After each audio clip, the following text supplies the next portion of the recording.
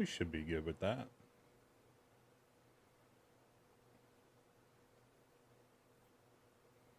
Make this a little smaller.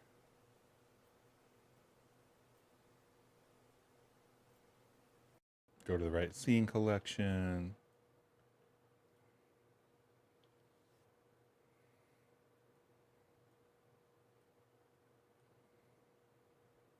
This is the latest that I've started or set up a stream.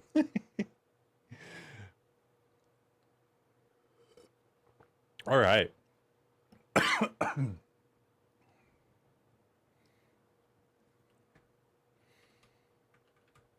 Saturday morning cartoons or something is what I feel like I should call this.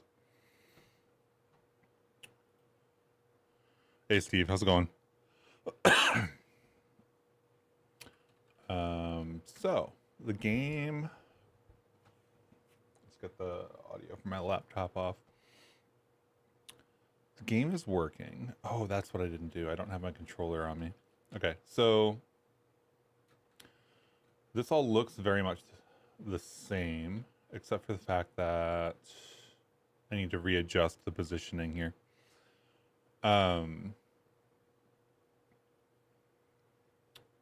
I basically did all the depth texture work to integrate into Bevy 0.14 last week. So that's what this is right here.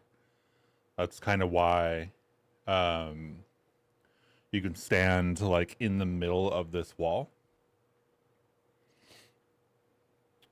Because the depth texture is getting set for all of this stuff. So let's see. If I kill this, I can actually show that. Kill that, run Xcode, which is running the app, which I can then run around in. You can see that the player is a little bit more pixelated than it used to be because I'm using a custom shader. Hey Corner, how's it going? Hey Xavier. No Motorsport Race. I know. I saw that I misspelled that. I should fix that. Rendering. Rendering. Click edit. Hopefully it'll hopefully it'll update. I don't even know if it updates. So we've got the character running in a new Material 2D. It's running on as a Mesh 2D now instead of a Sprite. So I've had to recreate a little bit of the Sprite logic. But what I was going to do is the textures are set up to use depth textures at the moment. So if I run this via Xcode, so basically all this is doing is a new Xcode project pointing at the binary that I built using Rust. And then I can hit capture GPU workload. And this is why I'm not streaming on the same computer that I am using to do this work. But we can see the image that is getting created. This is a ton of WGPU stuff that we mostly don't care about. We care about the main transparent pass. So if you're ever curious about where those labels go, actually, I don't know if I can even make this UI bigger. If you're ever curious about where the labels go for all the rendering stuff, this is where they end up. So this is the main transparent pass 2D, main opaque pass 2D up here. We care about the transparent one. Scroll down quite a bit. So we can actually see the tiles themselves getting written out here. So player goes on first. Then we build that tile in the back. Then the next tile. Then the next tiles. Then the next tiles, and so on and so forth. So you can see how it's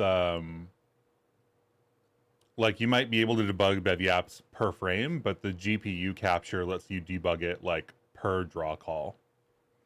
Significantly deeper.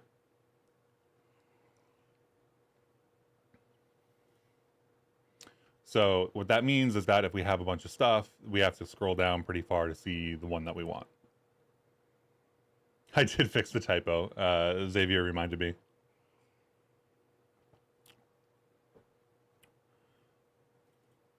So if I open up the depth texture here, this is the actual depth texture. Can I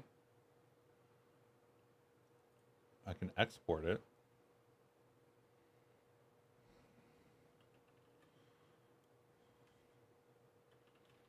I don't know, depth stream 001. Let's go with. So we save out that. Maybe I can just go grab it. That would be very cool. Let's see, open, target debug. Oh, it's a folder? Interesting. Let's open the whole folder then. Resolve sample 1, sample 2, sample 3. Interesting. That's cool. Anyway, let's open this. Take a look at it. It's a little hard to see if I don't make it bigger. So the player was standing right around here, and we can see the kind of outline of the player here. That's because the depth for the entire player sprite is set at one spot, whereas the depth for this block is set based on the values that you're actually seeing here.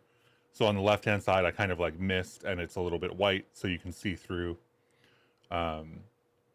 And the way that I did it was dark at the bottom, 1.0 at the top. So it's 0 to 1 going from bottom to top, which is, you know, not necessarily the right move. But that's just the way that I have it right now. And then the reason that the player here is kind of occluded by, can I make this any bigger? No, let's export this as well.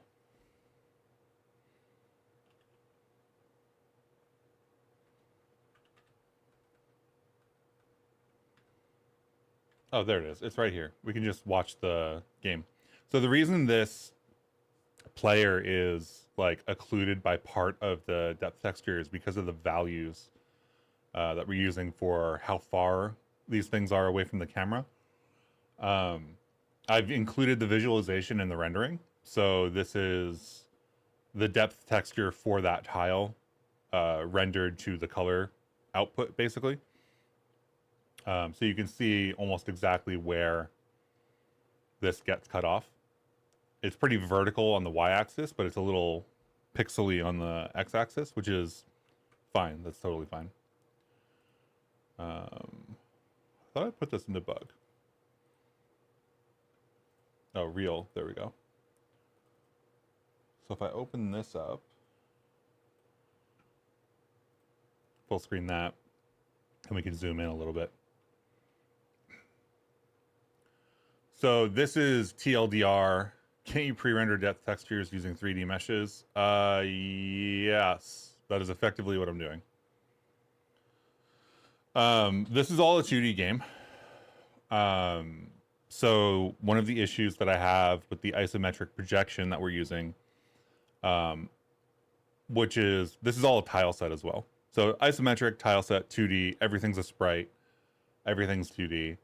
The orange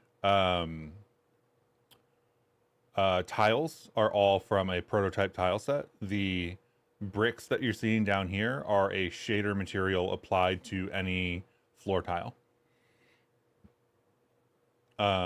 So if I want to do something that is depth based, first of all, we had to modify Bevy to get a 2D depth texture. We had to modify Bevy ECS tile map to use that depth texture. Then we had to write shaders for the tile map rendering and for the player sprite rendering to actually set that depth texture. And that's what we're seeing here. So this is like the last in a long chain of like kind of work. And what it results in is basically the same way that you have 3D and the depth texture, we can pre-render out depth textures and use them in the 2D environment.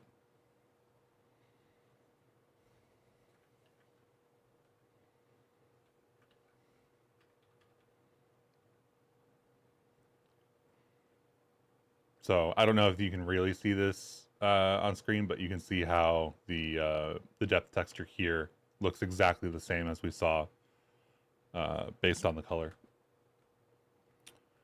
The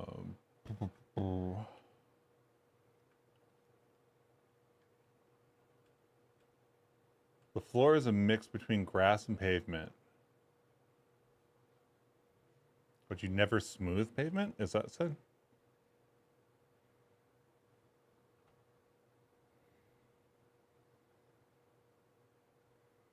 It's a little like reaction emoji that blocks just that one word. That's funny though. I'm more of an edibles guy myself. Yeah, so let's stop the Xcode stuff because should we stop the Xcode stuff?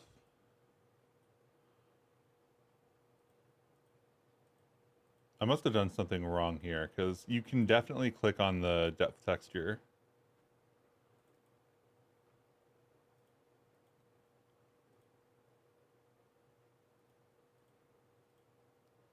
Okay, I don't know what I did. I'm not too familiar with Xcode, but oh, there we go. Okay, I was gonna say every other time that I've ever clicked here, it's given me this overlay.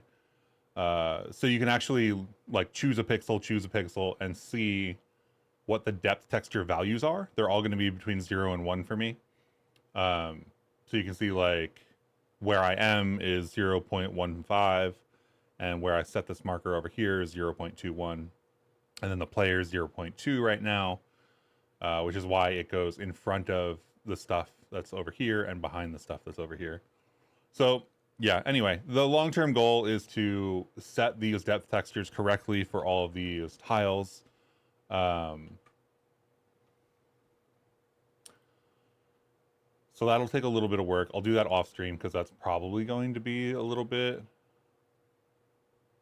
boring to watch.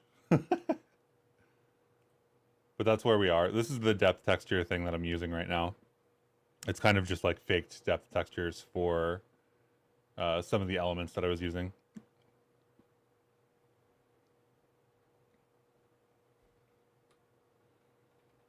But yeah, so we got it working, which is great because that was the big question mark in my head about whether we were going to be able to do that or not.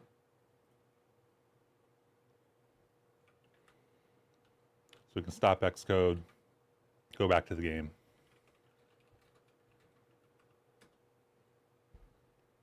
I got to do a little bit of GPU debugging. I think the weather here is good. Hope the weather's good by you too, Emmy.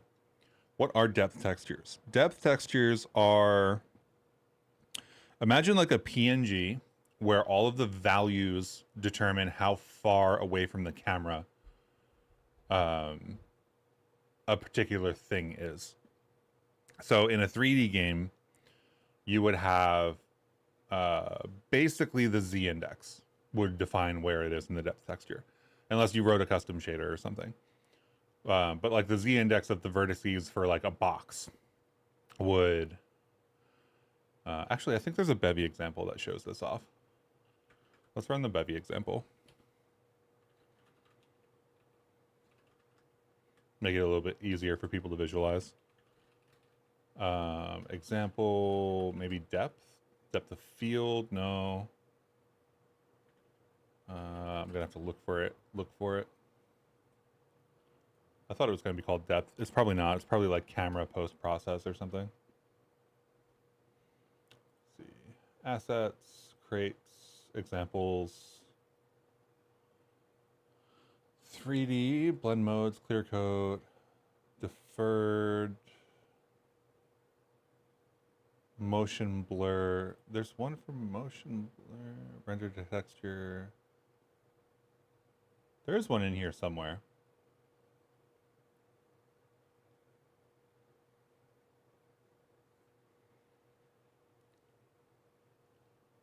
As far as it is from the camera is more a depth buffer. How do you path from depth texture to depth buffer? I'm using those words to mean the same thing.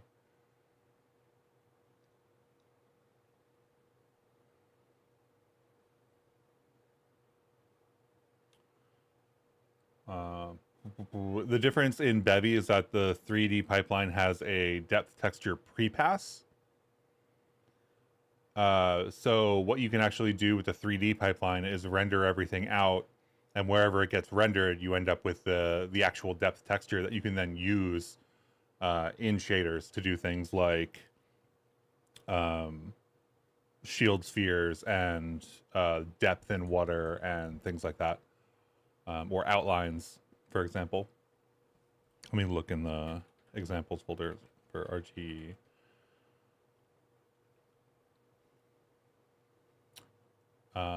That's the deferred rendering. I want the prepass, shader prepass.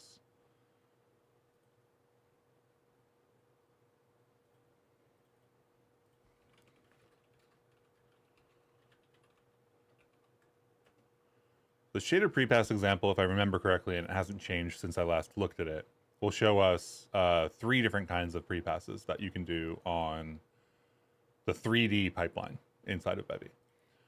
So this is the regular output. This is the depth texture. Then there's a normal texture, motion vectors, and this is just the rendering again. So for the depth texture, or the depth buffer, whatever you want to call it, this is all effectively based on the z-index. Like there's nothing weird going on here. This is just a cube and some stuff rendered. Some of these have transparency. That's why they don't show up in the depth texture. If it's transparent, it doesn't get shown. But basically what happens is like the floor will render and it'll go through all the pixels and render them all out and set those values in the depth texture. And then it will look at the cube, and then it'll try to render out the cube if it's closer to the camera based on the depth value, and then write that out to the depth texture every frame. So that's what we're seeing here. We're seeing those values written out. Bevy uses reverse Z, so white should be like towards the camera, and then dark will be further away, or negative will be further away.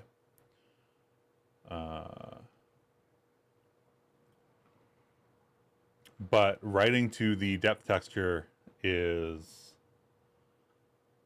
not terribly hard.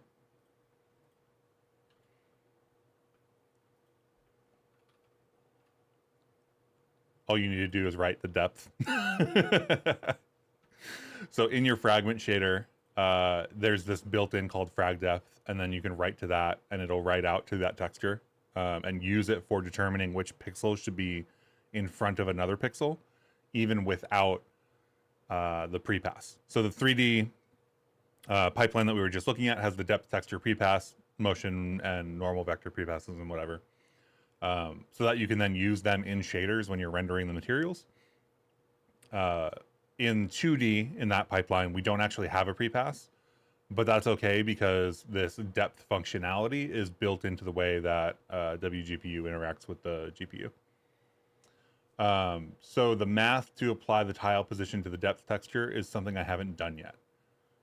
You're right, there does have to be some math involved. I don't know exactly how that math is going to go yet. Right now, what I have is some like awkwardly hard-coded stuff. So the depth for most tiles is basically nothing.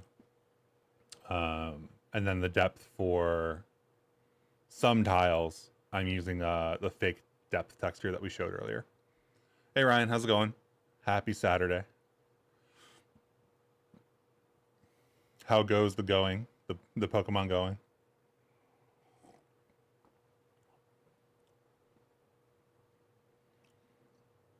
So you can see here how I'm like manually setting tile 42 to like 0.9 or whatever.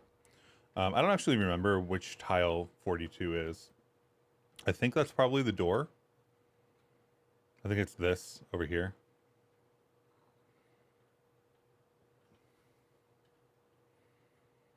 So theoretically, if I position my character correctly, and then I set this to like 0.1,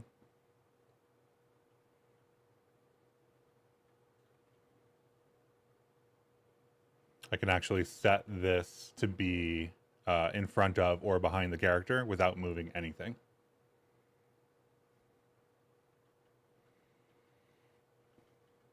Also, shaders are hot reloadable, which makes this depth texture testing stuff really easy. So I don't remember where I put the player. I think I put the player at 0.2. So I thought 0.1 should be fine, but maybe not.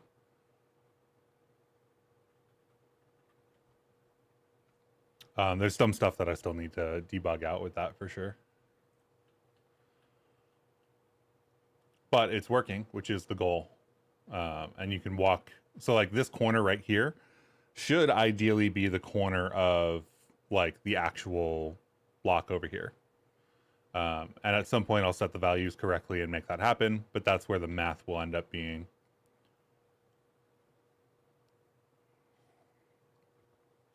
Community day today. IRL stream in 95-degree heat later. Whoo! Whoo! You'd find me streaming in a pool. I wouldn't be able to walk around in 95-degree heat with a backpack on streaming. That sounds awful. I'm glad you're doing it.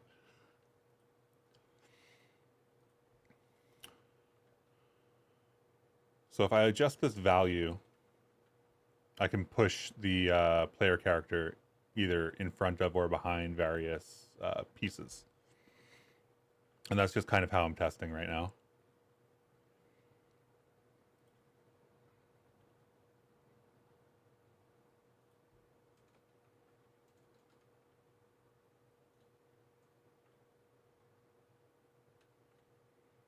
And then I'm going to figure out the math for real at some point, but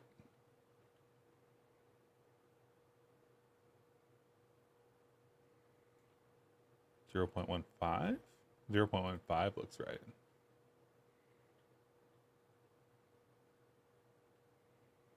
Interesting.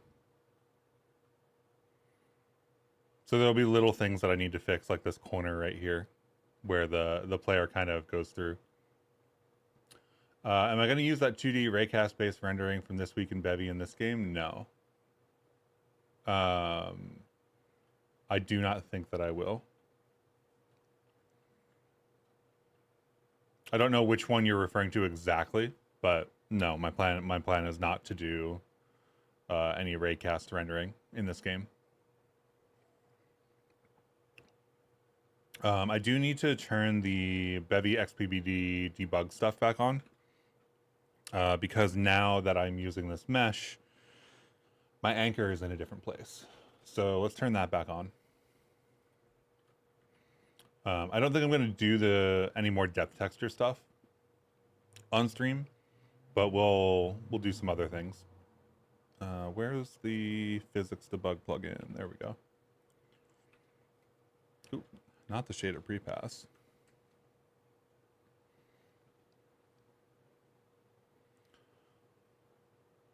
Like Xavier said before, the depth texture stuff is basically just going to be some math.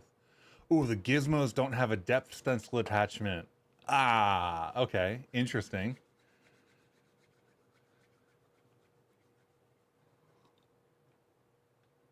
That's funny. That's going to be a problem I have to fix if I want to use depth or gizmos. Where's my browser? Do I have a browser open? There we go.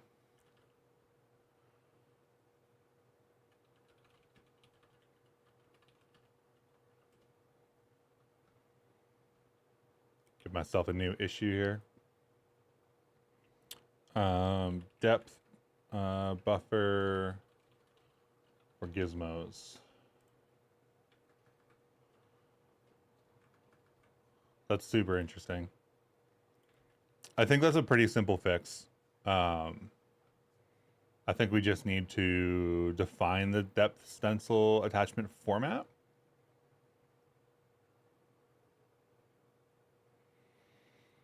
Basically what this error is saying, if we read it out, is in a render pass, so that's a kind of a WGPU thing with some command buffer.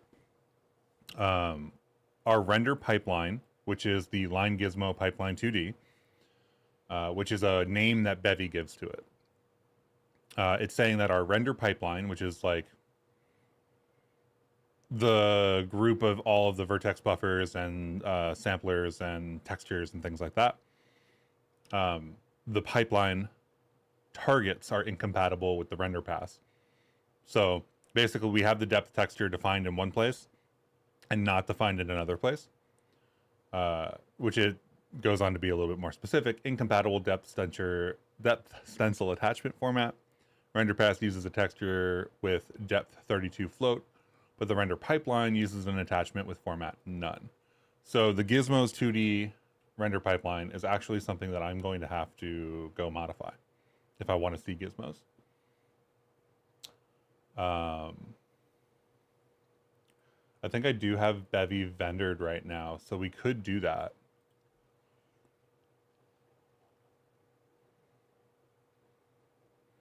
Let me finish filing the issue. Gizmo's render pipeline requires depth texture definition. I think this is really easy, actually. I think that the solution to this is going to be taking the depth format, which I think will be easy to find. I can't remember the name of it is the issue. Actually, am I running the docs right now? No. Okay. Let's run that. If we run the docs, I think I can go to localhost 8000, and I can go to Bevy itself, and I can do a search for the depth, and it will hopefully show me the constant that I'm looking for.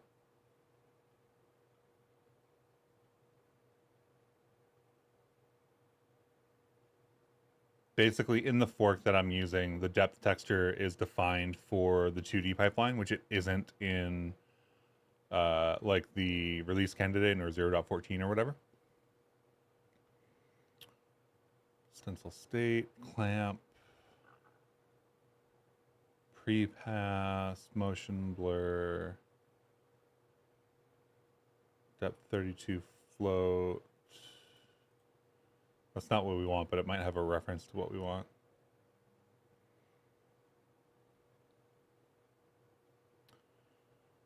Depth texture, stencil attachments.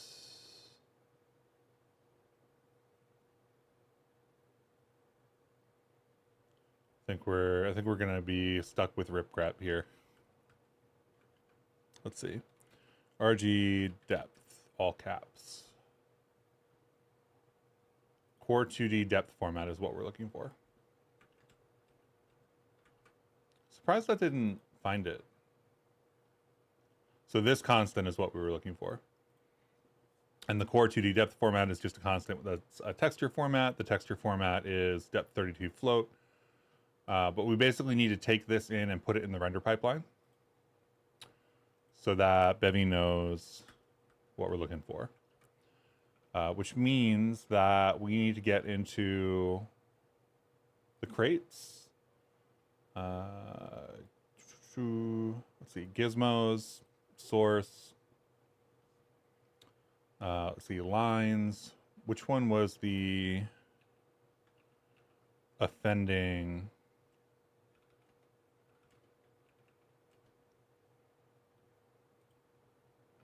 I think it was the line gizmos, right? Line gizmo pipeline 2D, lines.wgsl, pipeline 2D, line gizmo 2D plugin, line gizmo pipeline,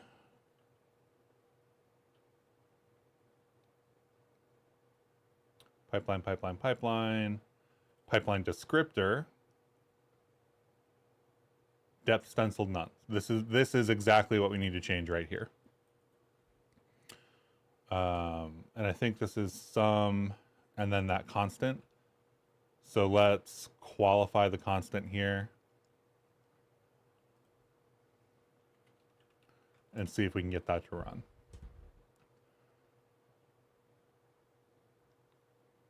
Oh, this is more than that. Let's see. Let me see if I can find it in my app because I have it in the tile map. So let's do RG for core 2D depth format in the vendor for Bevy ECS. Tile map. Let's do -C5 to get the surrounding code.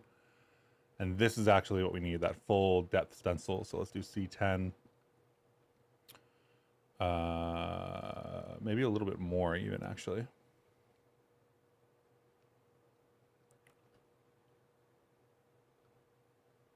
So we need all of this to go here.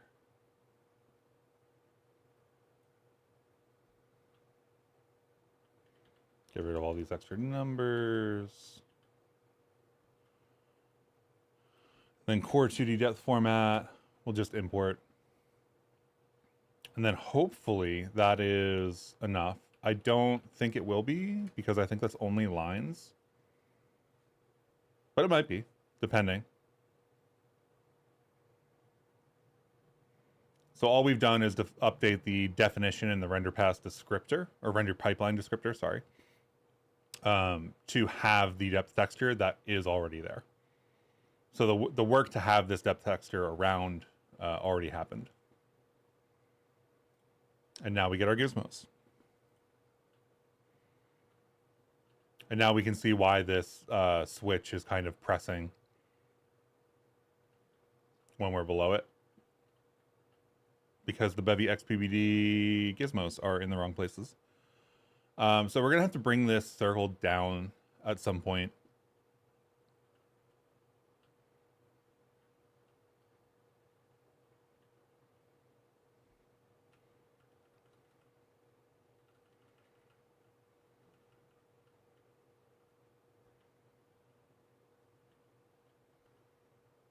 I think I want to do that.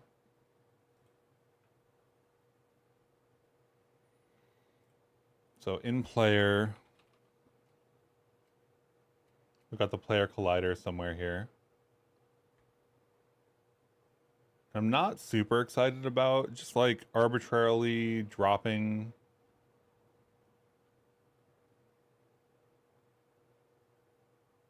via transform, but it is what it is. Am I working towards a shippable game? Yes, I am working towards a Steam page actually. So the goal, like 2 months from now, is to be able to put up a Steam page, which means that all I really need is, I don't know, like 20 seconds of gameplay doing some stuff, and like 4 screenshots of different areas. So at that point, I don't anticipate having like a playable distributable demo.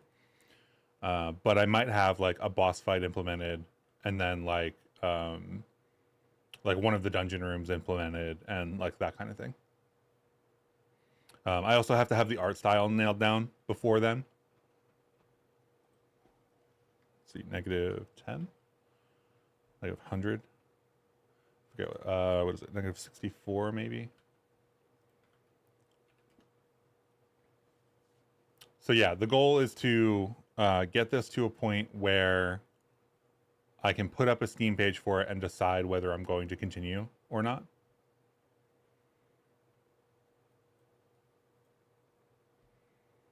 Unfortunately, some of the things that I use to do in-game debugging are not updated yet. I don't think Bevy Inspector igui got a 0.14 update yet. So a little bit of trial and error.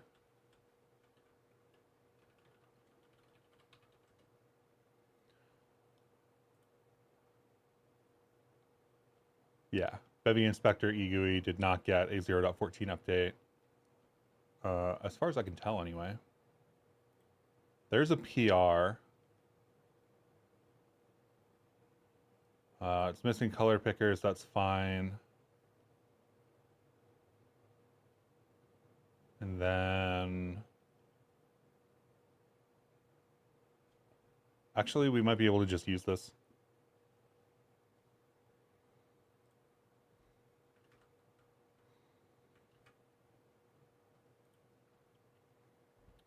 If I didn't use WGPU, would it be easy to have this game run in a browser? It is easier because I'm using WGPU. I don't understand quite what you're asking. WGPU makes it easier to run on multiple platforms. Like it's abstracting all of the other stuff. That said, I only intend for this game to run on desktops, so I am coding with that in mind. This is important because if you want to deploy a game on the web, you have different constraints, similar to anything else, right? Like you need to worry far more about maybe things like size or things like what crates you're using or what features a particular browser supports and whether you're targeting WebGL2 or WebGPU or whatever. I only want this to be able to run on a desktop, which means that I don't need to worry about cross-platform support as intently. Like I'll still have to worry about it in the sense of like Windows, Mac, Linux, or whatever. But I'll get more, you know, like render pass descriptors and more textures available to me to pass to shaders, and some of those limits will be bigger for me. I wonder if we can just drop that other dependency in here, because let's see. It says branch main, so let's do get equals something and then rev equals something. This is from 2 weeks ago. That sounds about right. The tests are failing on the branch, but I'm not really concerned about that.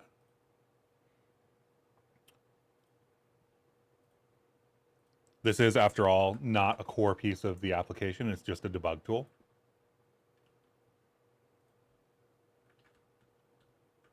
Just want to make sure that I am pinning to something so that I know if anything has gone wrong.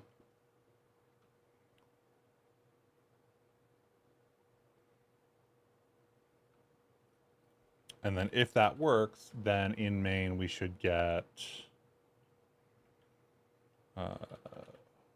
not physics debug, but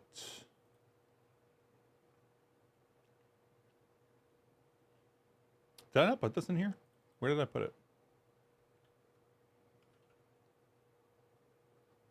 Oh, World Inspector plugin. There we go. So with any luck, that'll work. Use of undeclared type, that's expected. Bevy Inspector igui. I think this actually doesn't have the dependency on it because I took it out because it didn't have a release when we did the upgrade.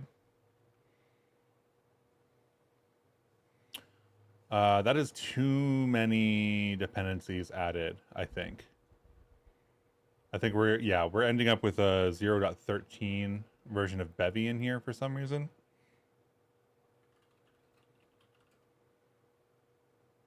Which is not what we want.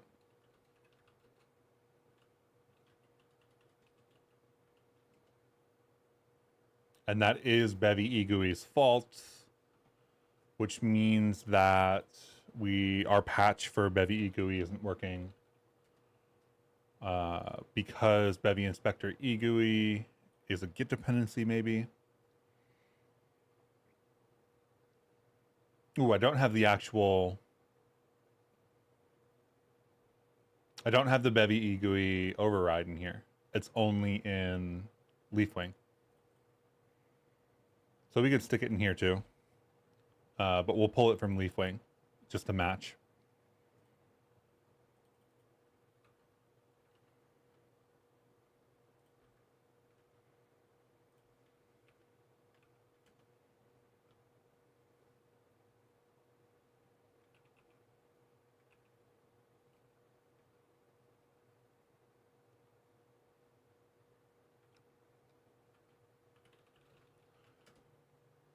See if that dependency works. Biggest problem with Bevy is that I somehow cannot visualize the structure in my head, like the control flow. How does it do that and why? And it makes it really hard to structure it. Yeah, I mean, I get that. different people have different levels of being able to visualize stuff. What would help? Like, what would fix that problem for you? Can this game be made with PNG images, no shaders, and not have to rely... Did you say not have to rely on a GPU?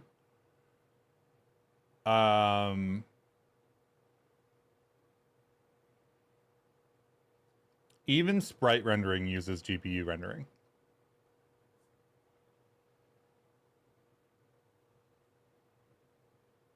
Like I don't know what the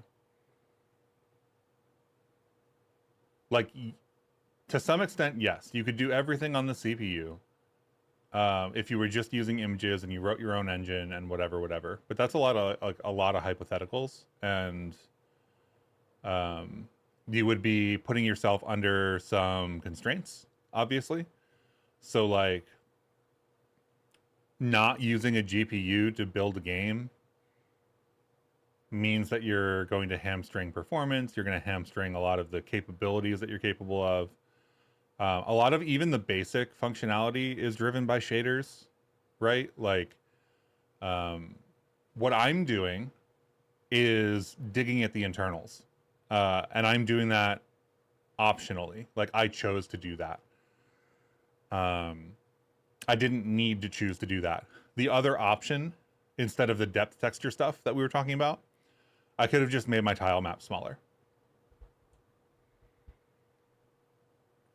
And then that would work for the vast majority of cases. I wanted something specific because I felt that it would help unlock like a different art style. It would unlock things like being able to walk through sprites, which is pretty dope. But you definitely don't need to do that either. And yes, as long as you stay on the high level stuff, like Emmy is saying, you can almost always just compile for WASM and it works without too many problems. As you start doing like the stuff that I'm doing here, where you just start dealing with the GPU yourself on some level, then you actually need to care about cross-platform support.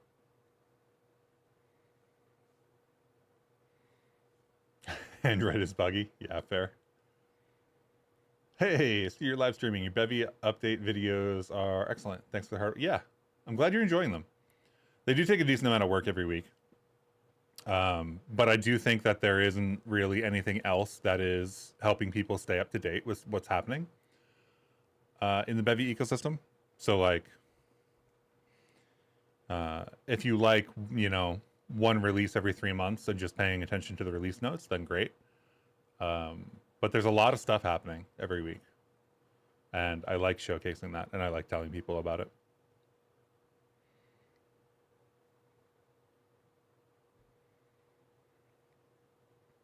On Linux, you could do OpenGL without a GPU. Interesting.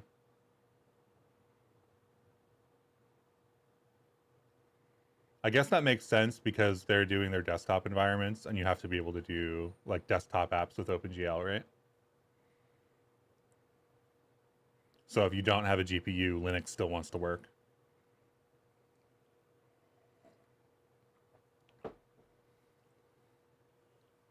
But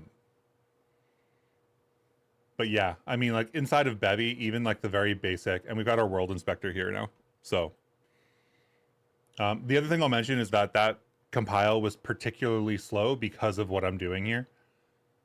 I have a bunch of Git dependencies that are patching over a whole bunch of other dependencies, which means all of these things need to be built from scratch. And then all of my local crates, I am taking the cheap way out, and I'm specifying a dependency on Bevy. So Bevy has to compile before all of my crates do, which is not necessarily true. Like, that doesn't need to be true. It is because I was being lazy more than anything. So let's see. Player 3, children, collider, transform on collider. I wish the igui stuff had a way to scale it without scaling the rest of the UI. You can scale the igui like input or this like dialogue by doing a UI scale. Yeah. So like negative 36 looks like the right. Maybe a little higher.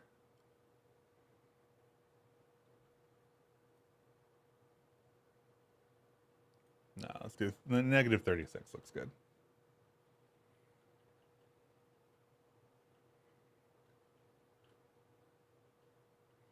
I just realized the depth texture here ate the switch that was on the front of that.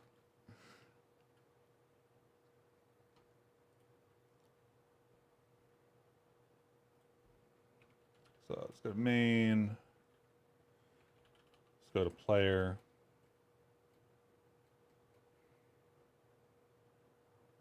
And then this was 36.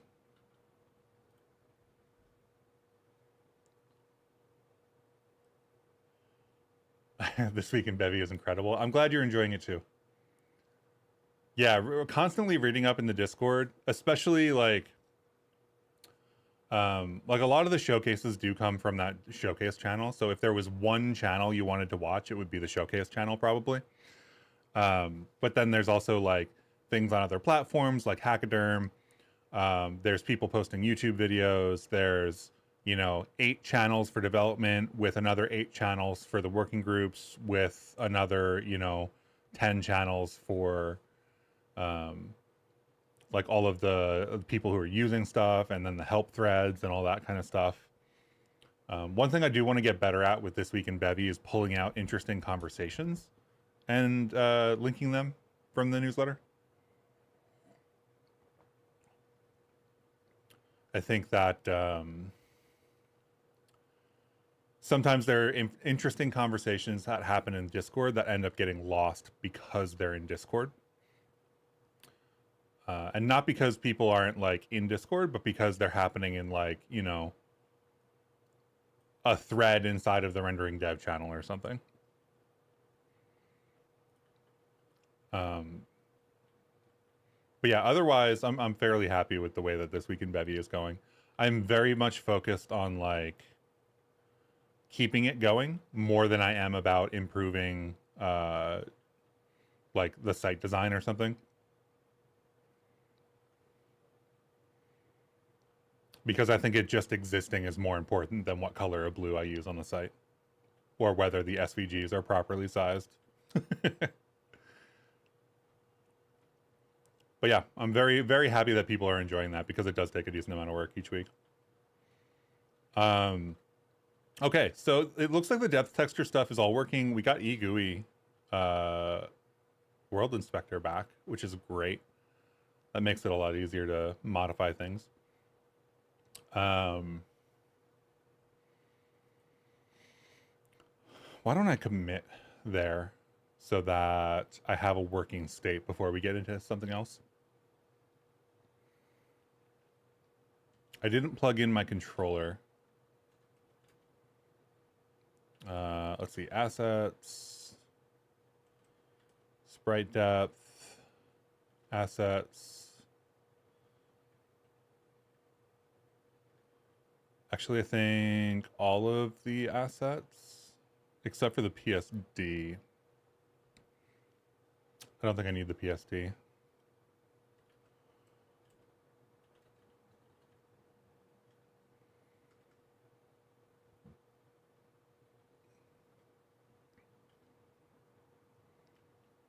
And then the depth sheet definitely needs to come in.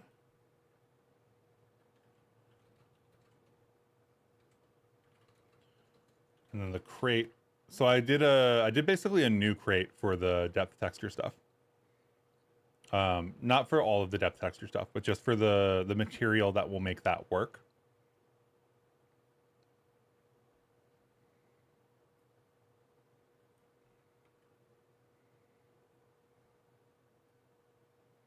And grab this GA, this. I put a U on it earlier.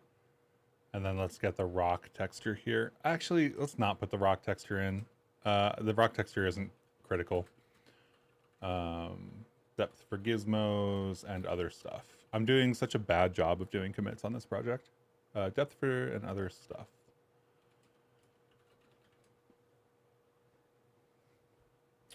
So the sprite depth crate then is kind of a chopping up of the sprite pipeline, more or less. The site looks pretty good as it stands. Well, thanks, Ryan.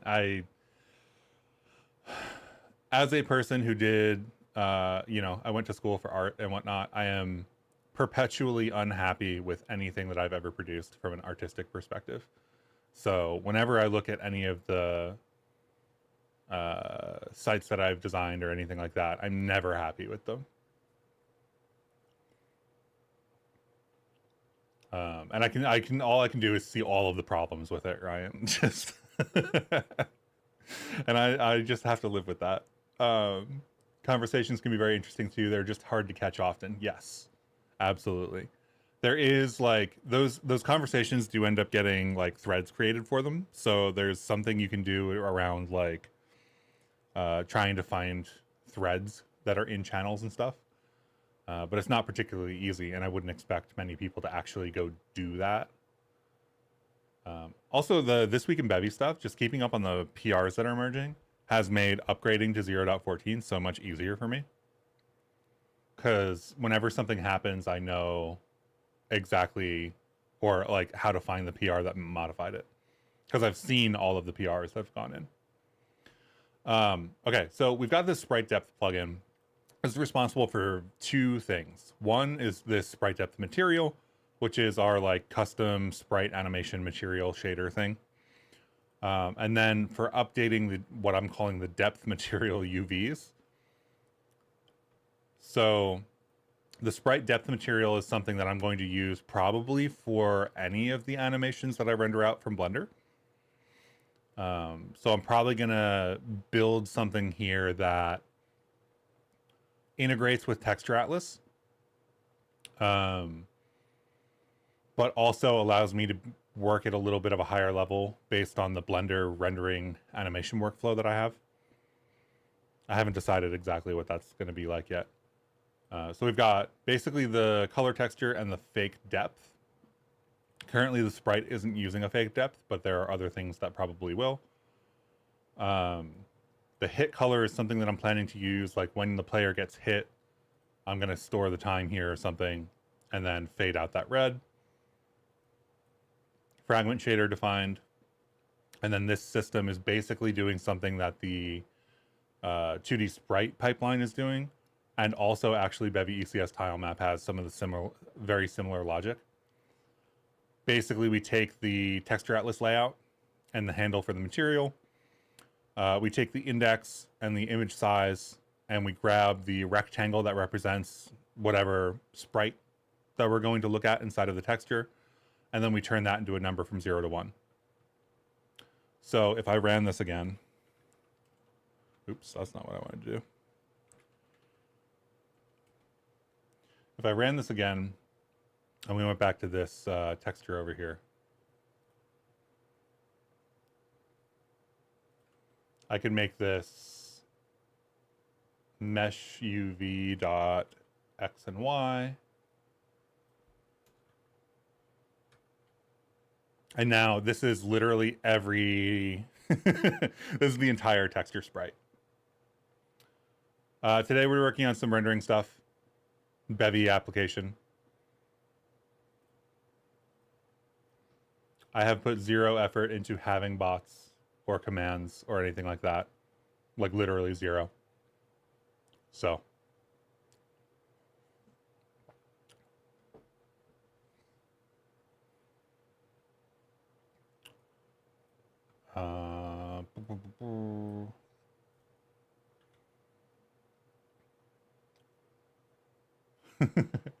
At some point I will put some effort in.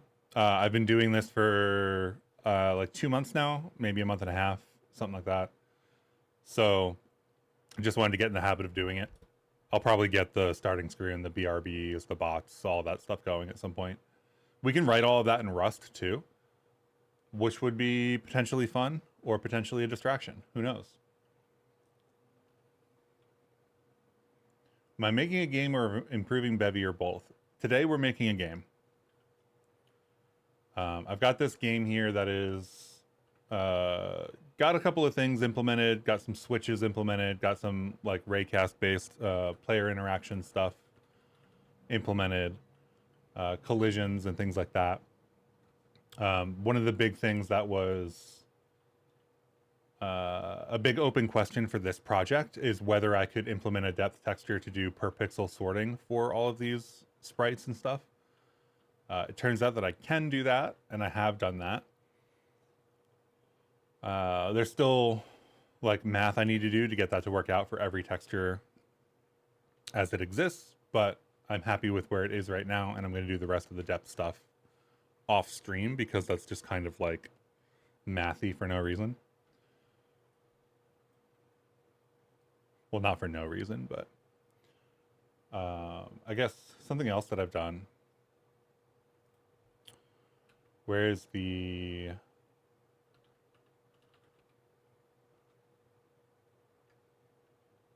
Sprite path? Our tile map material. I guess I don't need to touch the material. I can go touch the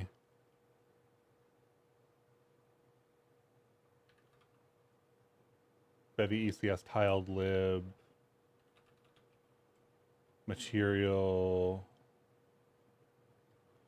Where's the asset server? So I have a UV texture in here that I can optionally turn on, which should make the floor change when we run this again. How long did it take me to understand lifetimes and referencing in Rust? Depends what you mean by understand.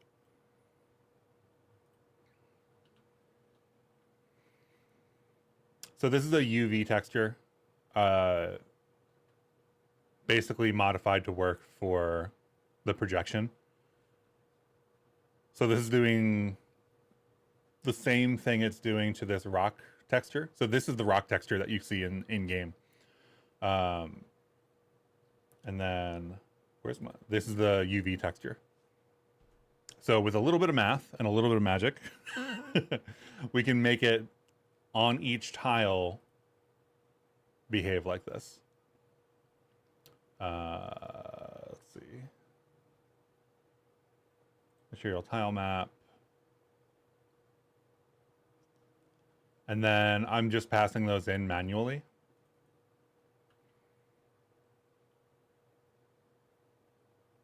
So instead of sampling that,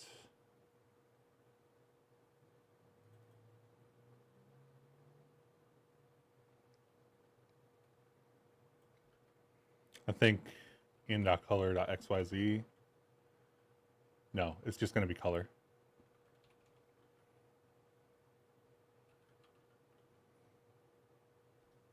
So you can see that it's actually just a color on top of some tiles. It's isometric, 2D.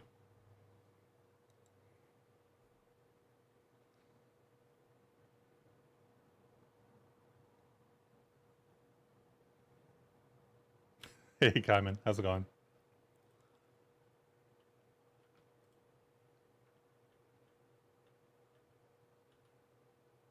So all of that is just being done in the shader. So we have basically a bunch of tiles set up here. If I open the right directory, let's see, reveal in Finder. Let's open this.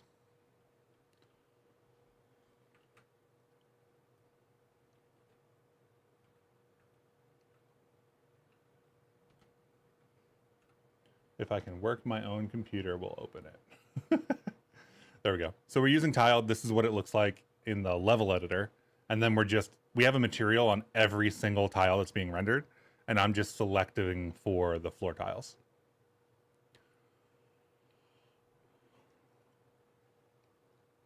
Never used WGSL before. It looks kind of cool.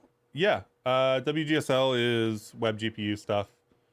I think that web GPU is probably the, how do I phrase this? The next generation of doing, GPU driven stuff on the web, and other platforms, it turns out. So Chrome already has a stable implementation. Firefox is working on theirs. I think even Safari is working on theirs, which is huge.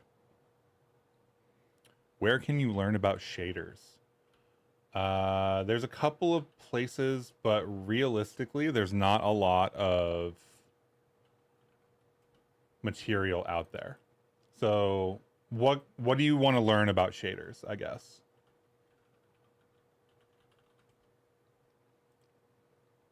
I would suggest the Book of Shaders as a like introductory thing. I believe this book is not finished, so you'll hit a wall pretty quickly going through this.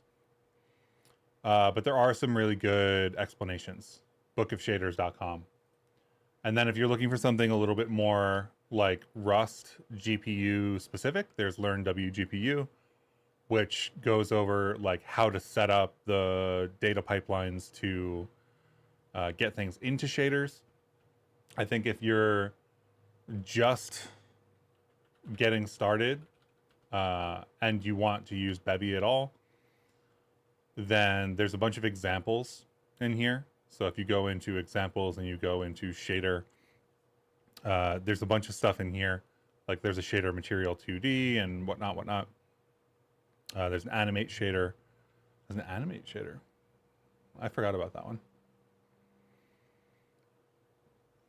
Oh, that's animation inside of the shader. So you get like time globals and stuff like that. So it depends. I think that shaders is a particularly undocumented area of tech. A lot of what I've learned through just like stumbling through small projects. So that would be my real suggestion. Like maybe go use Bevy, write your first shader that just renders out, you know, a color and go from there. I think I'm a supporter. I think I bought this. Surprised that it doesn't know that. I guess they wouldn't know that from itch. Okay, so we can extend the map and stuff. What do I want to do?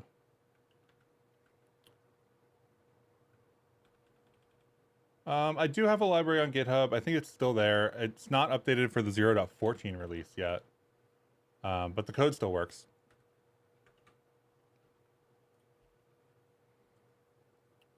So let's see.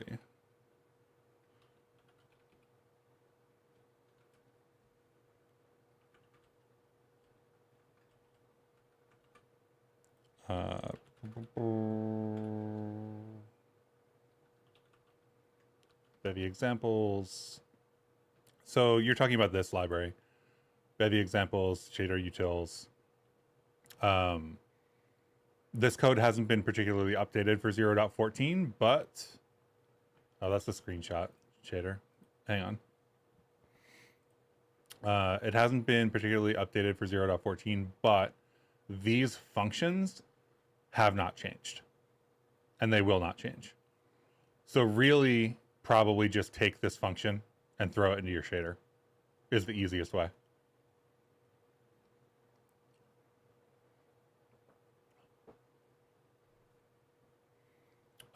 Because I'm not aware of any changes to these from a WGSL spec perspective. I think these all still work.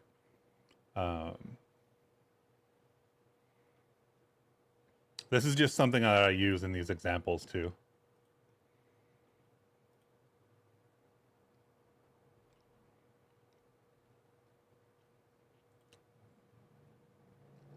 Yeah, so it's on 0.13 currently. I think this is released. I'm pretty sure this is on crates.io.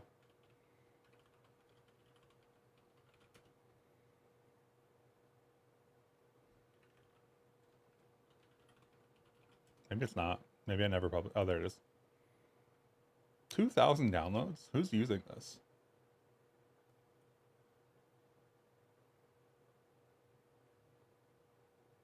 It's gotta be bots, right? No. It's higher than bot level. Wild.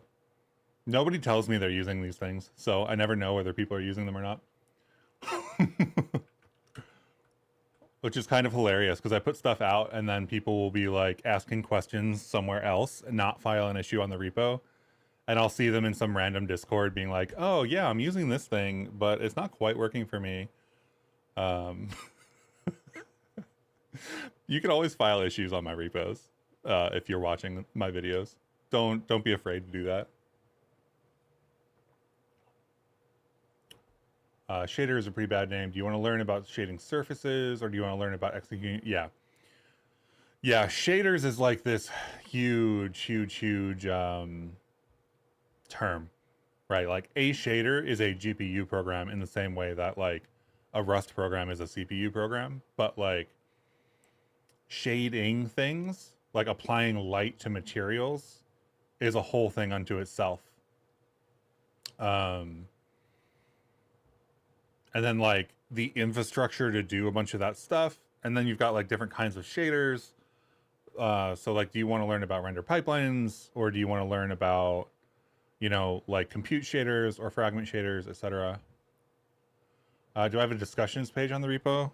I don't think so.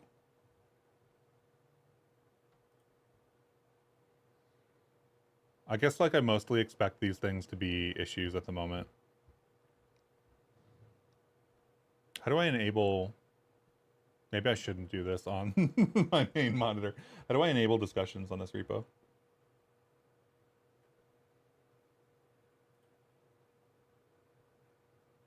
Done. It now, as far as I'm aware, has discussions. So if you would like to...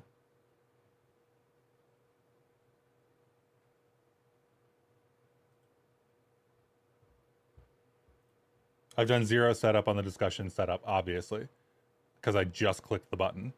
But I believe it should have discussions now. And with any luck, that will go into my notification channel, because that's the way that I see things. Yeah. So this now has the discussions label here, of which it has 0 because I just created it. So if you want to post a discussion and not an issue, you can do that now.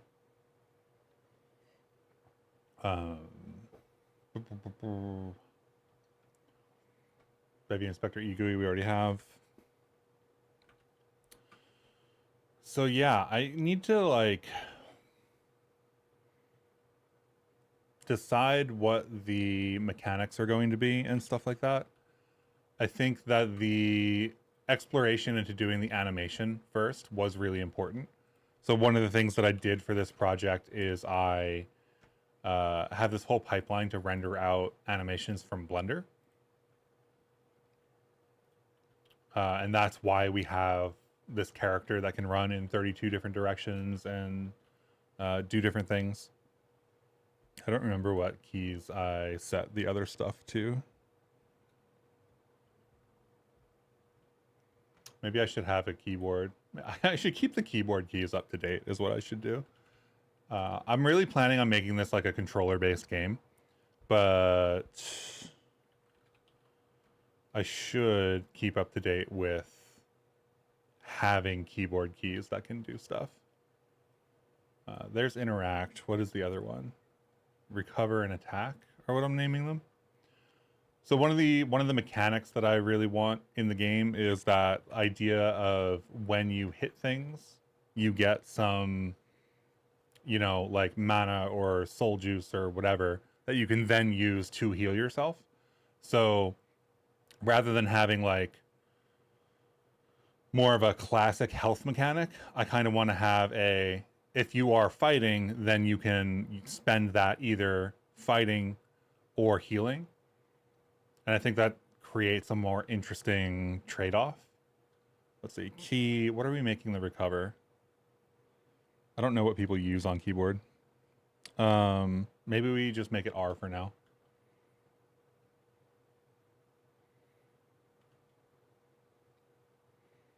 And then we need an attack as well. Action, attack, key code.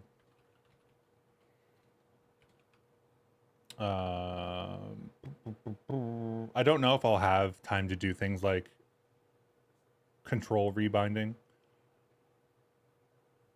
But we'll see. Kind of like Hollow Knight, exactly. Yeah. Definitely one of the inspirations for that idea, where it's like, I guess I really want this to be a mouse button to attack, right? Just make this key F for now. Yeah, Hollow Knight, definitely one of the inspirations for that idea. I really liked the way that it impacted the gameplay.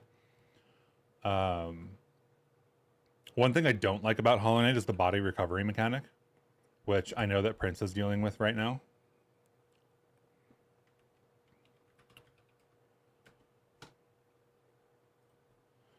Like the idea that you die and then your body is somewhere and then you need to go fetch it, forces you back into the same location and whatnot. I'm also not making a Metroidvania, just to be clear. Like that is, a Metroidvania is too much, we'll say, for this game. So we can fire little balls and stuff. Maybe we do a little dummy. That sounds like the right thing to do, actually. Let's try to put a little dummy like in this corner or something. That we can then hit with these balls.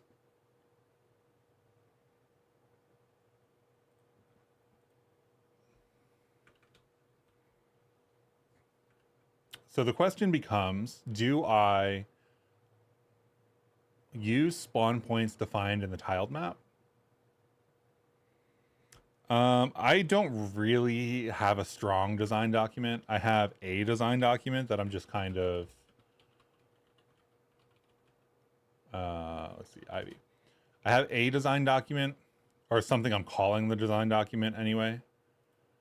And it has things like the art style that I want to go for. I want to go for something brighter and more cute and toonish. I like the idea of like kind of roguelike-ish mechanics, like go in, do a run, get some stuff, upgrade something, go back in, do a run. I think that I find those kinds of games very cool, and I don't have the time or the budget to do like a large Metroidvania like Hollow Knight, so I have to scope down. Like this says 5 worlds and 1 boss world. That's not going to happen. 5 worlds is so many. Not by 2 months from now anyway. But the idea is basically like you're going to be an otter. You're going to go. You're going to have like a home base, like an actual home base. And the way you get into the game is actually going to be sitting down at like your little GameCube or whatever as an otter. And it's going to put you in. You're going to choose a level, and then you're going to start a run. And you're going to fight against infected animals, and when you beat the animals, like you're going to get a cute version of those to go back into your home base. That's like the whole idea, more or less. And then like I'm probably going to start with a squeaky hammer as the first actual like weapon. I'm not going to focus on multiple weapons yet. I'm going to start with just one. Let's make WoW but better and the graphics with shaders.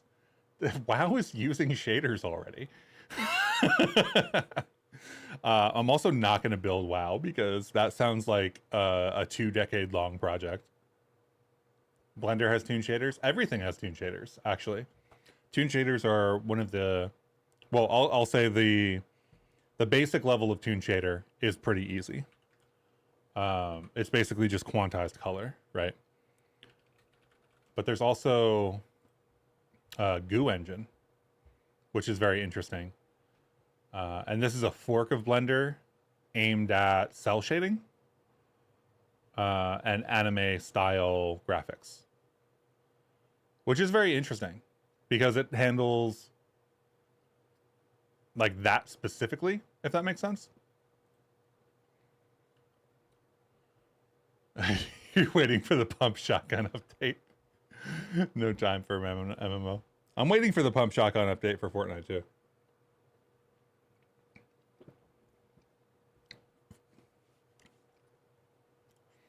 I'm actually waiting for the car removal update.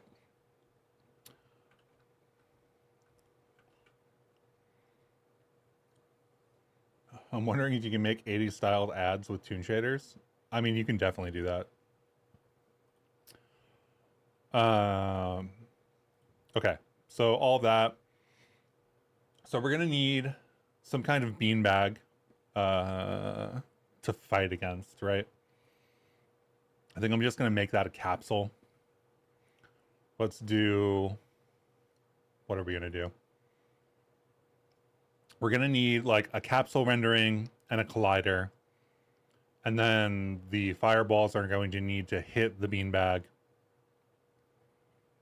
We're gonna have to do like damage and health and stuff as a result of that. So that's all really good stuff. So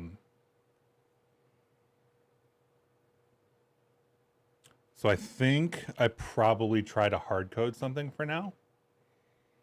Let's do.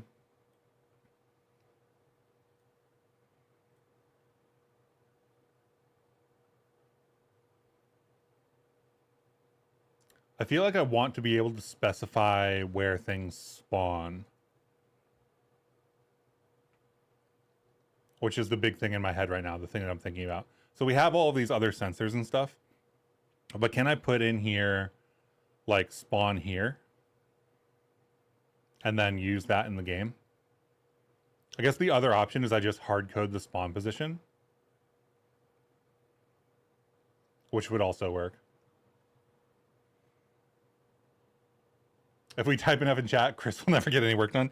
This is not, The point of today is to stream and hang out and talk about Bevy and do some minor stuff.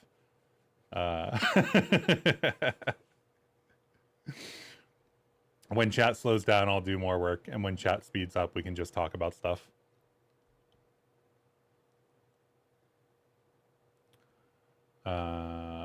Okay, so let's do maybe something in main, because that's where I put all my stuff that hasn't been placed yet, if that makes sense. We're probably going to need something pretty similar to the way the player works. So this will just spawn a second player. That's not really what I want.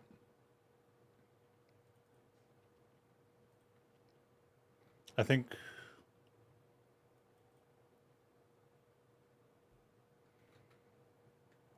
where does rectangle come from, actually? We have a whole bunch of new shapes in Bevy, which is great. So let's see. Localhost 8000, because that's where my local docs are. Rectangle. So there's a whole bunch in 0.14 of new shapes and stuff that we can use. I am looking for a capsule specifically because I really don't need anything special. We just want a beanbag for the moment. So capsule 2D, radius, half length.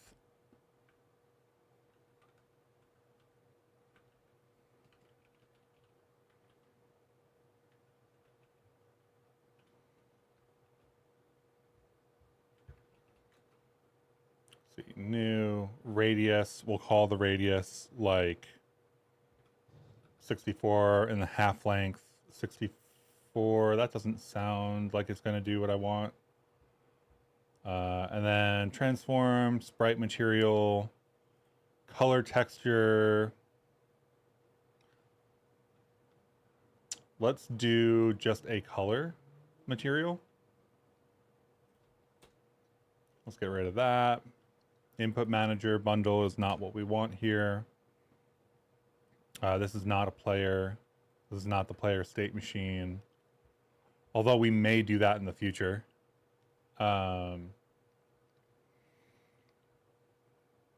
Idling. We'll keep the facing. Texture atlas would be necessary if we were going to use the depth material. Let's see, mute color materials, or materials color.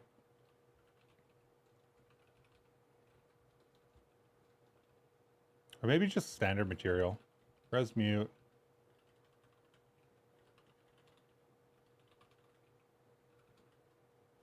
Standard material.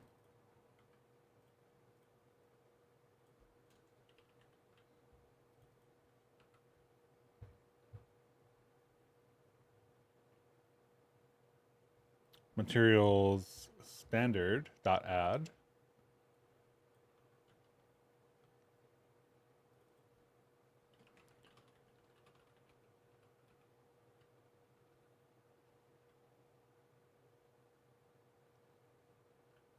Let's see, base color, linear sRGB, we'll call it, I don't know, red, default.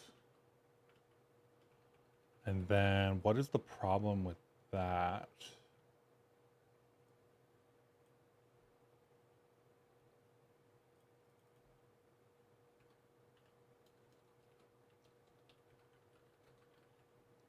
I'm just gonna call this punching bag. Player collider is not going to be on this because it's not the player. Spatial bundle, we probably just leave at zeros for now. There's something wrong with this. Name new punching bag. Mesh capsule facing rigid body. Player collider. Let's see what the Rust compiler has to say. Material 2D is not... Oh, really? Well, that's my bad. I guess we're going to do color material then.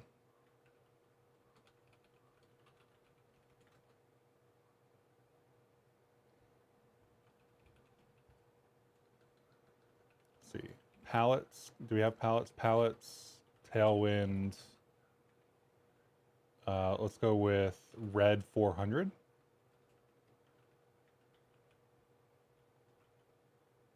I don't know why I thought standard material was going to work.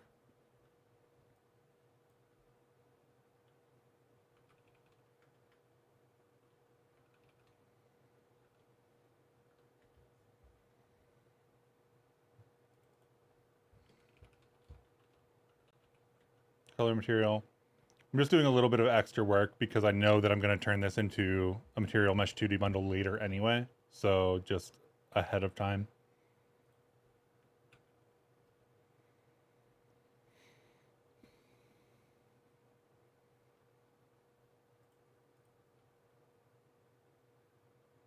And look, we've got a giant capsule.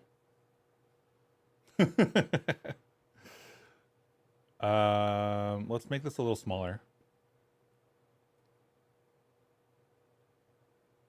Let's see, 32, 16, and 32 is only going to be half size. We'll make it a fairly big thing, I guess.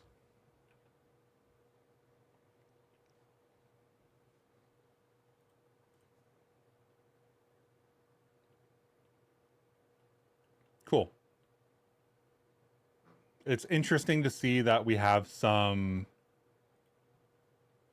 of the logic that we have for like raycasting and stuff is just working on the punching bag.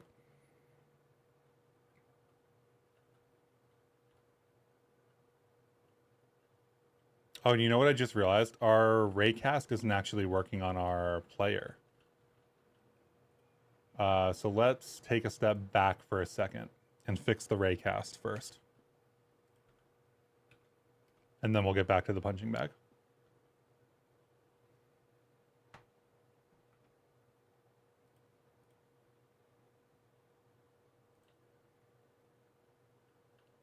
Okay, it's only broken when we have two of them. That's fine. So let's figure out why the raycast. Let's get rid of that raycast. That raycast component, the system that's operating on it is going to need an additional... Did I put an A somewhere? I did put an A somewhere. The raycasting component, whatever system I have doing that, is going to need an additional restriction.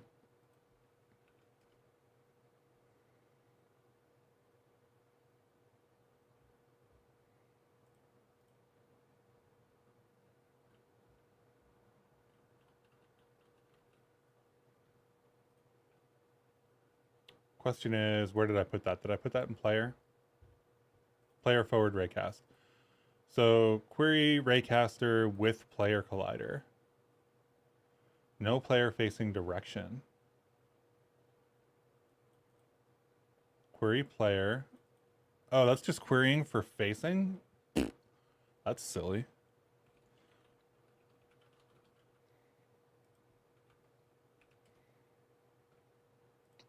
I guess it worked at the time. But the raycast for player should only be operating on players. So that should have fixed it. Yeah. All right. And then we've got this attack. I want this to be offset somewhere. I want it to be like one of the tiles over here, I think. So let's do that as well. We could just place it randomly in the world, or we could use the projection. Is Raycast included in Bevy? That's a Bevy XPBD thing. The Raycast probably uses the first entity with a facing component. Absolutely.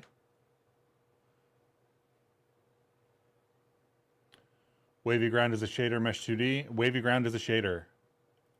It is not mesh related though. It's only a fragment shader.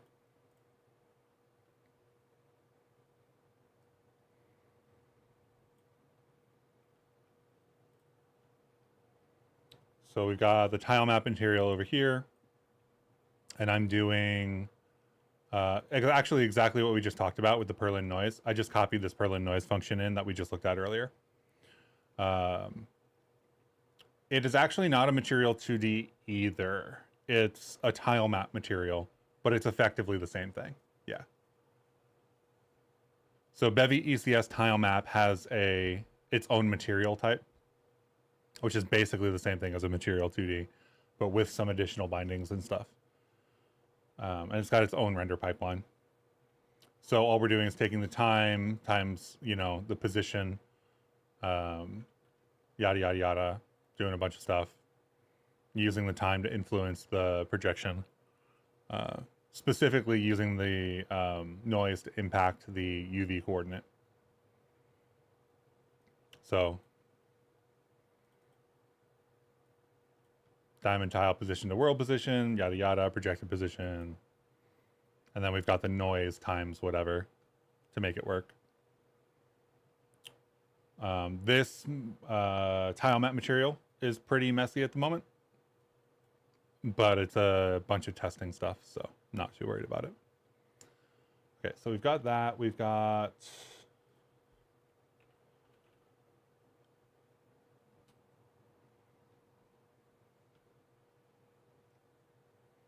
the projection for Bevy ECS tile map, right? Can I easily pick? And when I say can I know you can in Bevy ECS tile map, but can I figure out how to easily pick the tile location for the given, let's see, helpers maybe? Selection? No, not selection. Chunk index to world space, not square grid. I think diamond position. We'll have center and world. There we go. So we need to construct a diamond position with some tile position. And then we'll get the center in the world, and that's where we'll place the little capsule here. Made the move to RC3. Yep, we're on RC3. RC3 plus some depth texture changes to Bevy, plus depth texture changes to Bevy ECS tile map. And today we actually had to fix the Gizmos pipeline to add the depth texture as well. But other than that, everything's working great. I want this to be what? Let's just move it, I guess, down one. So we'll need diamond pause here. I think that we're probably just going to construct it let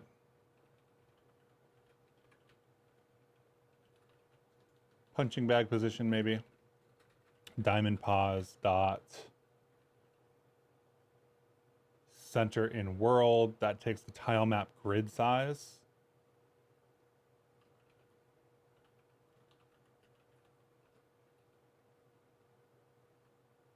It's worried more about the reference than filling out the okay, so if we do this, I should be able to do something like 4, 5. I think those are integers. They are. Tile map grid size. I don't remember exactly what we have going on here. I think the tile map grid size is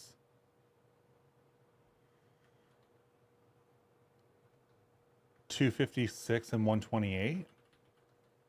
Basically, our actual tiles are 512. So they're about double the height, or 4 times the height of the actual tiles you see on screen, which is why we can see these like beams stretching up basically over another tile.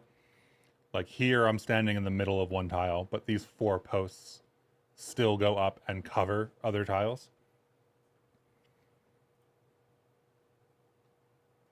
So that's my concern there. I don't remember, I can never remember which one grid size is, which one tile size is, and which one whatever. Punching bag position, spatial bundle, that's fine. This is where we want our transform. So we want punching bag position dot x and punching bag position dot y, translation dot.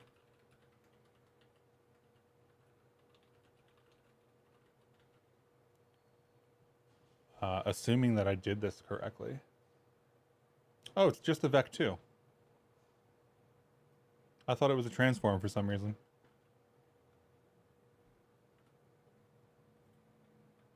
So with any luck, that'll move our capsule.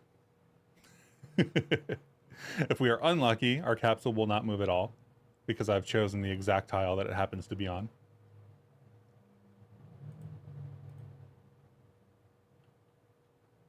Let's see, 4, 5 should be x4 should be 0, 1, 2, 3, 4, and then like 5 down. Did I go the wrong direction? You know what I should have done? I should have debugged out the position.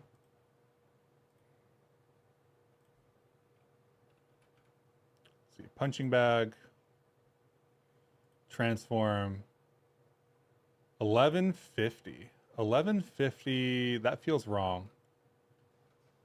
That's way over here.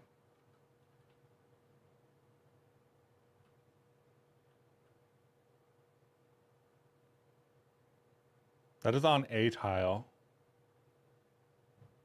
It's just not the tile I expected. Where is... Let's see what Y2 does. Is it from 0, 0 in the middle? I didn't think it was.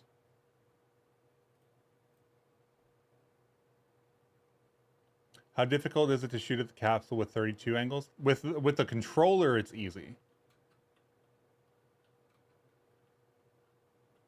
So this is Y2.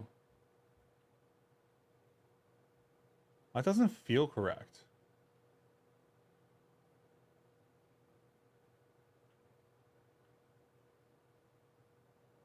X4, Y2. It's got to be counting from the middle then, right? So 1, 2, or 0, 1, 2, 3. And then this is 4?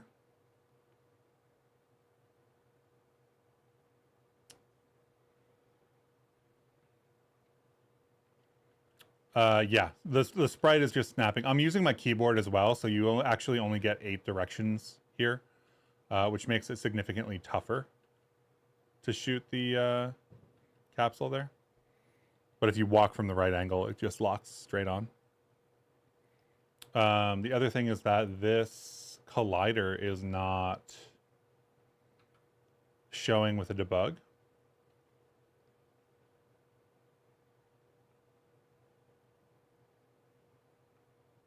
Which feels weird.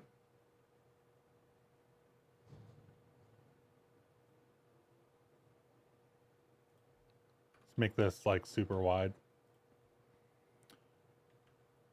That positioning is not the positioning I thought it was supposed to be. So I think that actually in my Bevy ECS tile map code, I'm doing some modifications. And there's our collider. Our collider, for some reason, not in front of the actual bag itself. So let's change that. It needs to be down a little bit. I think, what did we set the height here to? 32, so maybe negative 32. So I think that'll put it right at the bottom here. And then we have 10 for the width. We probably want 16, right? Oh, no, that's Z. Never mind. We have 10 for the width here. X, Y. We probably want something like that. I don't know. I'll leave it at this for now.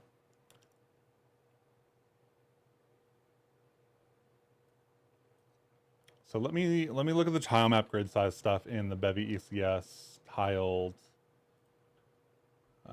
stuff. So here's grid size,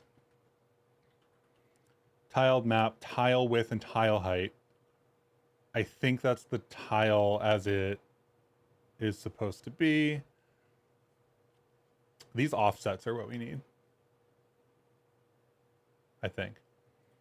Tile world position, tile position, which is this. Center in world, grid size, map type. Maybe that's what we should be doing instead. Oh, you know what the other thing is? Actually, I think that might need to be a child of the tile map for that to be accurate.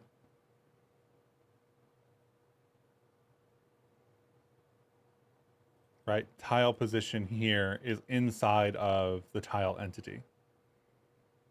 So I think we also need the tile map center and the world position. We can then just use tile position.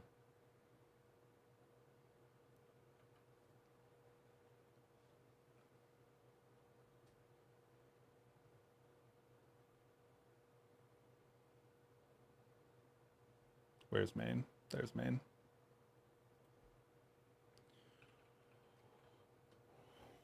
So I feel like I'll wrap this up and do a special access here at some point. Let's get this. I feel like the diamond position should work, but we don't have the offset.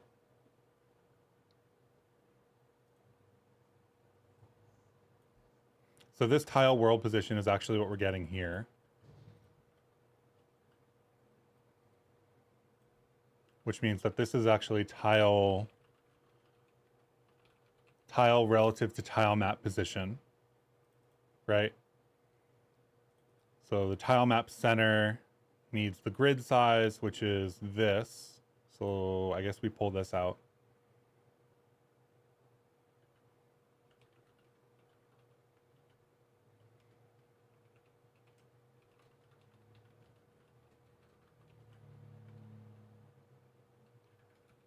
Need to pull that in. Map type is going to be diamond or something, right? I forget what it is. Let's go look. We're just going to make the layer index 0 because it doesn't matter. And then the offset is what we really need.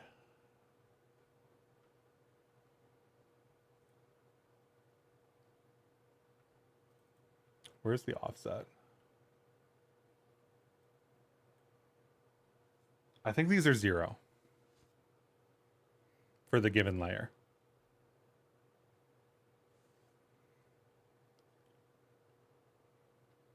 Space capsule can go through wormholes. I'm going to grab a drink and I'll be back in a couple minutes. I do not have a BRB screen, unfortunately. So welcome to Chair Stream. But I'll be back in a second. I'm going to make a little sugar juice that I can drink.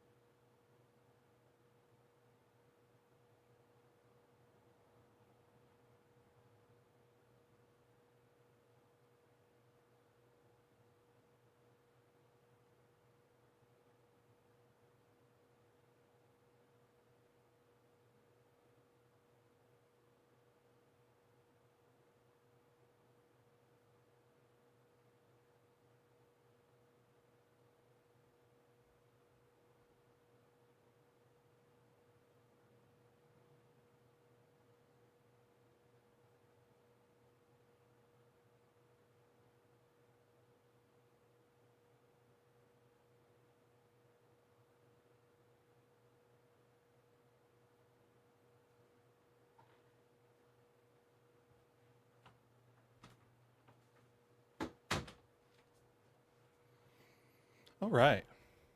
And the BRB stream is over.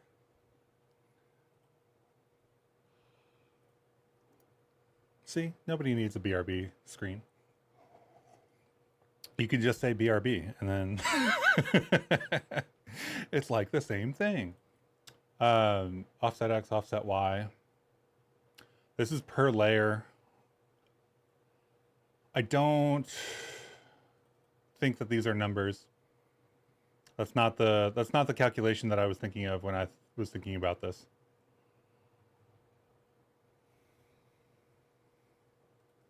Because the tile map center needs to be modified.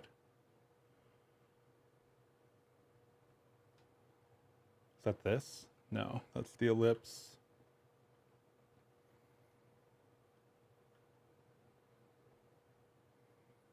Tile map center transform. This, I think, is what we need. Tile size minus grid size over 2. And then that is used mostly on the y-axis.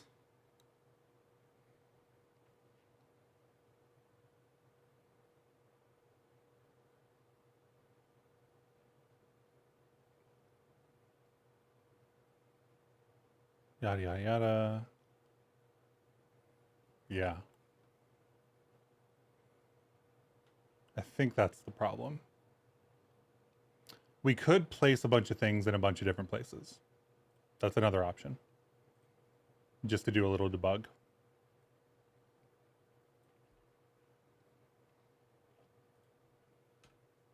Because theoretically, if we do something like this, something silly. So for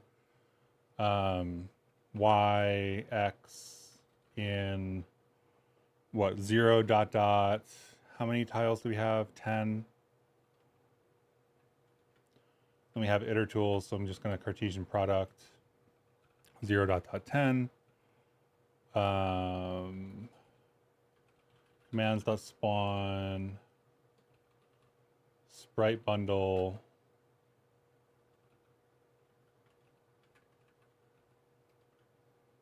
fill struct fields transform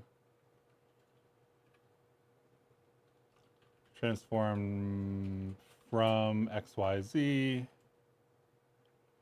which we'll figure out. Sprite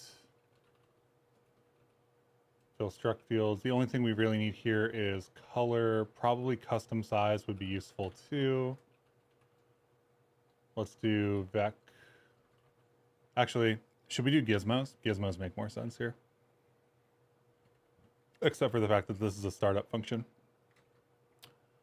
Let's do color black because we don't have anything that's black there.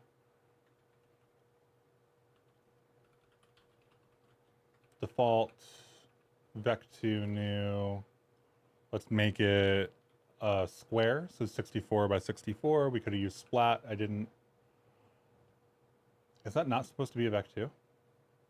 What's the issue here?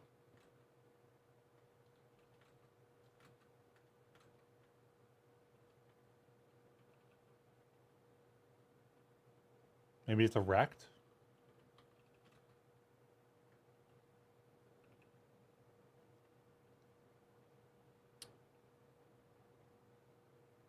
What is custom size on a sprite?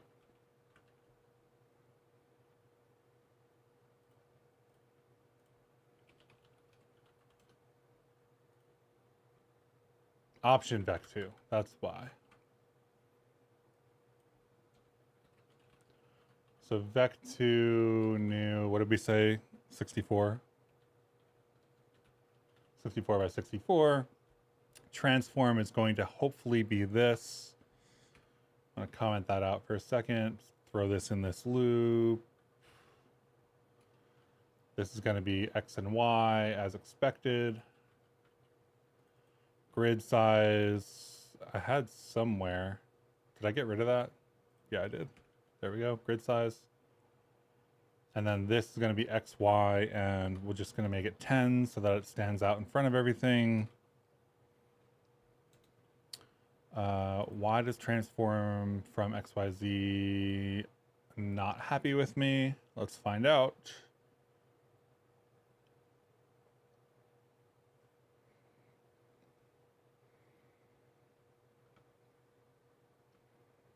Expected F32 found I32. That is a fixable problem. Okay, so if I've done this correctly, it should... I haven't. Where is it? Punching bag position is no longer here. So let's get rid of all of this for the moment. We don't need it to be a tile position. I'm just curious as to why my assumption about where it was going to be placed was wrong. So nothing up here to the left. There's one right here in the middle.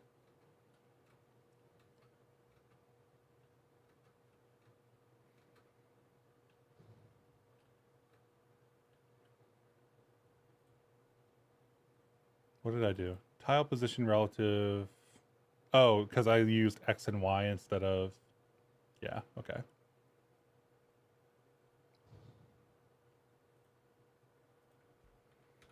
It's because they are offset by literally 1 pixel each.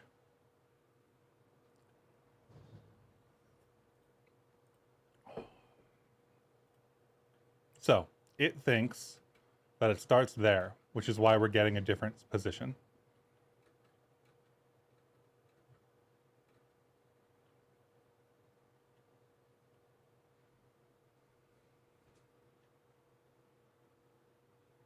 This is effectively the center of every tile as seen from this center and world command. So that makes me curious. This is in startup. So this starts up. I think we already have the map here. The thing in my head is, do we want the tiled map or do we want the other maps? And I don't remember, so I'm going to look at it. Because tiled map has the map, the textures. I think we want that.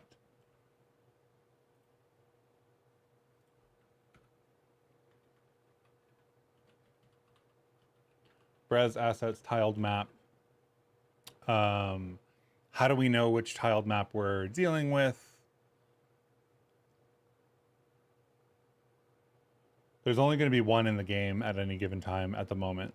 So it's not that big of a deal, but where do we get the ID for the currently spawned map otherwise?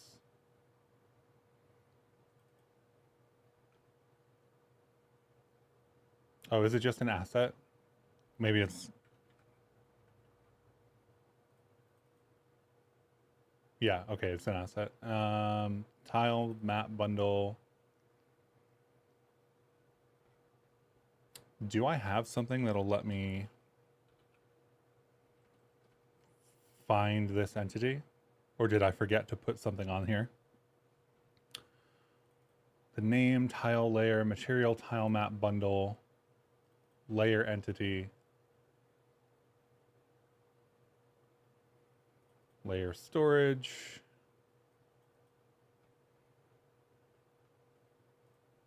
lib, no, not lib, main. We insert the tiled map here. Tiled map bundle. There we go. My assets map handle. That's how we figure it out. Unfortunately, because we're inserting the tiled map bundle here, I think we're good. We don't need to deal with the entity. My assets map handle clone. So that will be, what did I call this? Maps. Let's call this maps.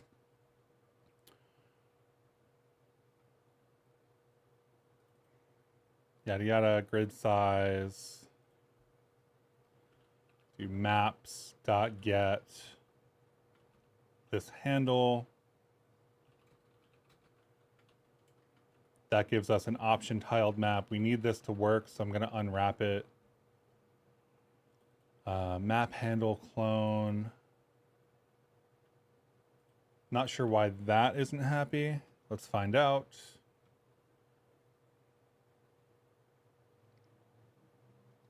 Because it needs to be a reference. That's easy.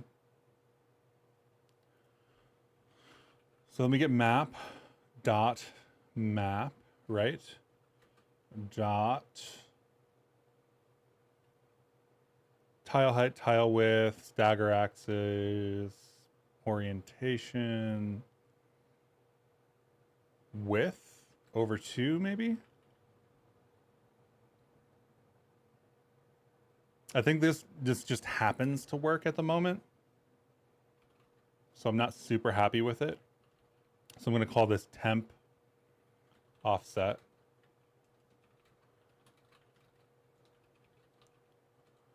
Does this hold for all maps? Because I don't think it does. Map offset map width as F32 over 2. So temp offset. It's going to be subtract temp offset. We'll call this temp offset X.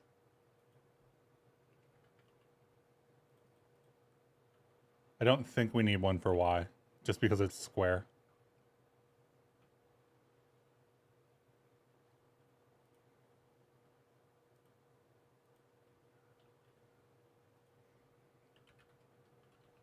Temp offset X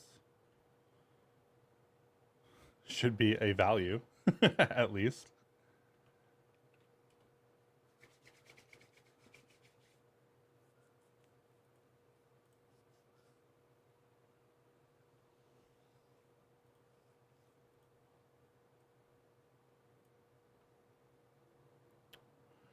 Why are they all 50? Or 5? That's actually just 5. 5 tiles? I think that's 5 tiles.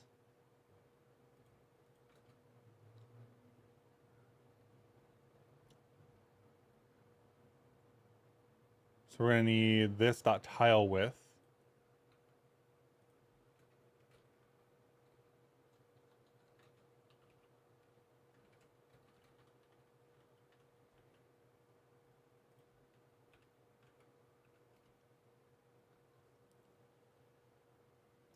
I think this is the thing when working with math with Bevy ECS tile map that I'm not going to say it frustrates me the most, but it definitely holds me up the most.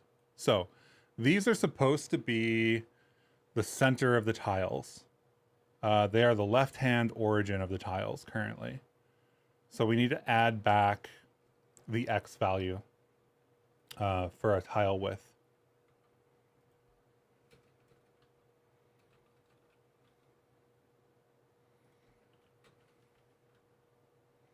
I don't love this math, right? Like I feel like I'm doing something wrong needing to do this math. So at some point I want to dig into why I have to do this. But now we have everything in the right places. So if we use this logic,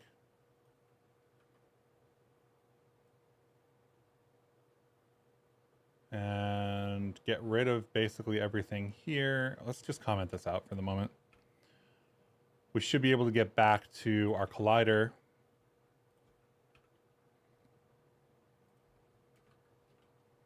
All of this will work, and then we do these two values. Uncomment them. And we should get a compiler. Yeah. XY is not what we want. X and Y are going to have to be what? Let's do 2 and 2. And see if we get 2, 2. Hello, hello. How are y'all?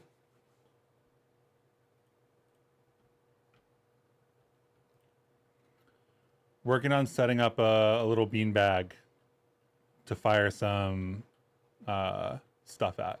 Okay, so that's that. I want it to be probably like here. So let's do X5, Y3. Sounds like the right position. 5 should be roughly center. And 3 should be just below that center point.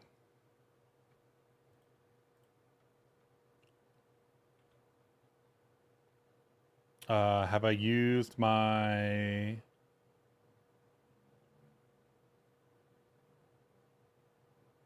did my offsets wrong. X is this one, Y is that one. So we actually need an X of like 8. Maybe 10. Maybe it's all the way. I think it's actually all the way. I think we need an X of 10. And then the Y of 3. I never remember the coordinates. How's your database stuff going, Sean? Are you streaming again tomorrow? 9. That's not where I expected 10 to be.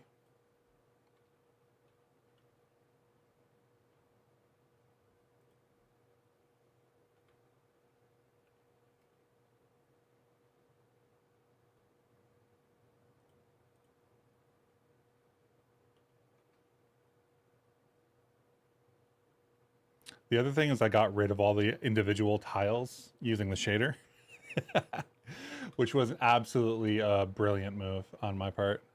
Where's our UV texture?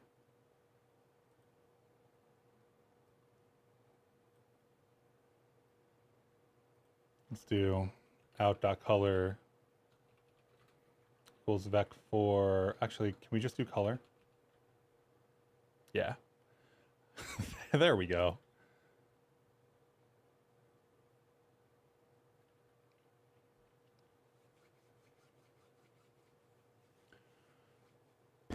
That feels off now, though. I don't love that. Let's see.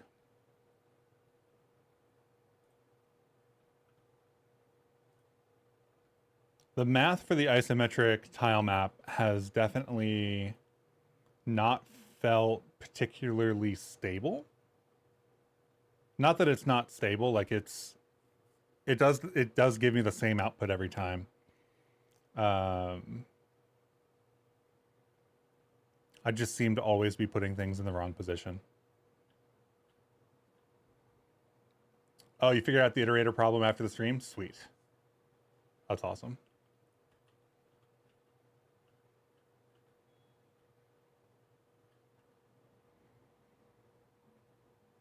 Okay.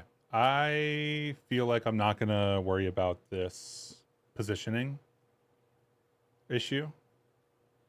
The positioning on the fire, like the quote fireballs, is wrong, but that's fine. Overlapping borrows. Yeah. Yeah. So I'm going to stick my... Actually, I wonder if that's actually there. Main. Where's main? There's main.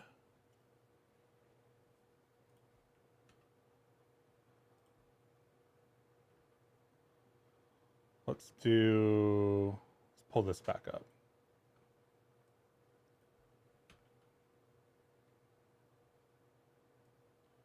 Let's take this and put it up here.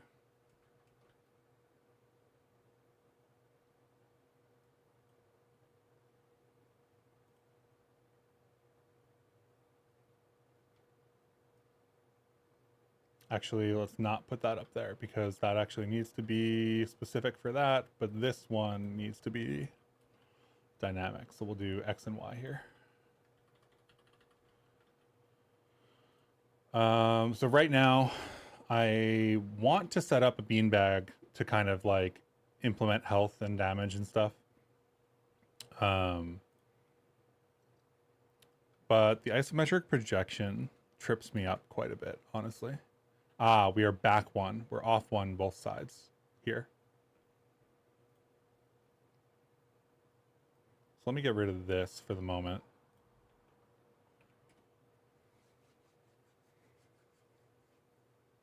What crate did I use for drawing collisions? That is Bevy XPBD 2D, which is a mouthful, but is changing to be avian physics soon. This is the crate that I'm using. It is undergoing a rename for 0.14, so it'll be Bevy XPBD for, I don't know, another week or two. And then it's going to be called Avian Physics. It's wonderful, actually. Works really well. I'm also very happy about all of the new primitives in 0.14. Okay, so that is...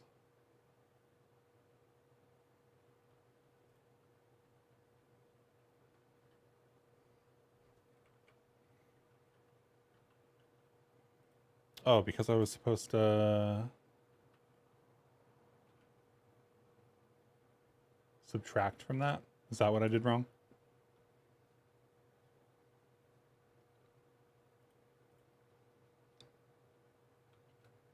Yeah, okay. There we go. I added instead of subtracted. That was the issue.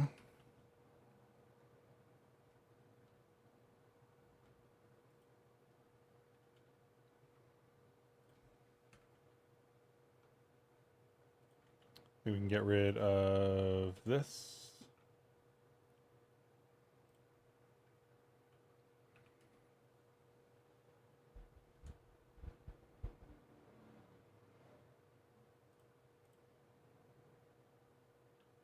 I don't think that I'm going to have like a cast be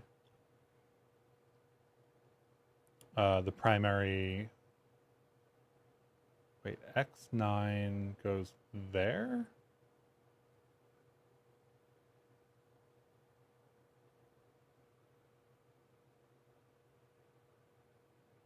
That feels like the wrong... Oh no, because it's centered here and I'm moving the collider down. Okay, that's silly. I should move the sprite up, not the collider down.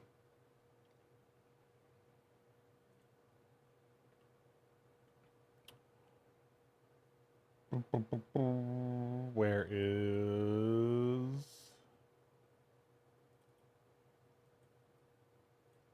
Collider is going to be at 0, 0, I think.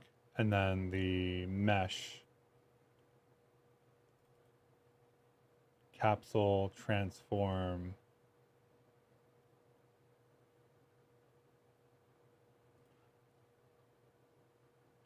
Actually, if we do minus 32 here and we do a plus 32 here, that works. That is not... I'm not advocating for anybody to do that in their own games.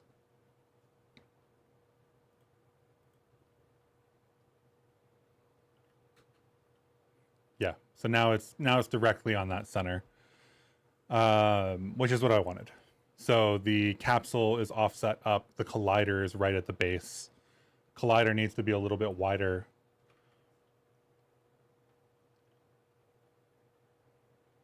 But the ratio, I think, still needs to be the same. Let's do like 24 and 48.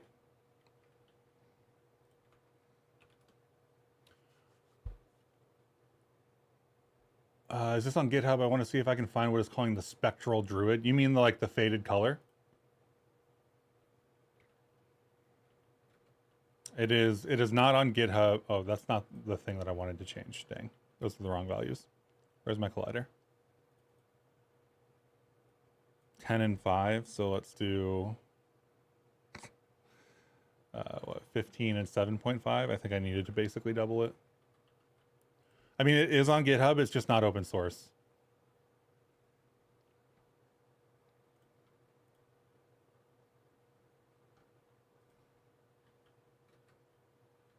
There we go. Now, theoretically, the fireballs also need to be, because they're like vertically above the isometric floor, the colliders also need to come down so that they are on the floor. Yeah, I don't know what's causing the faded colors.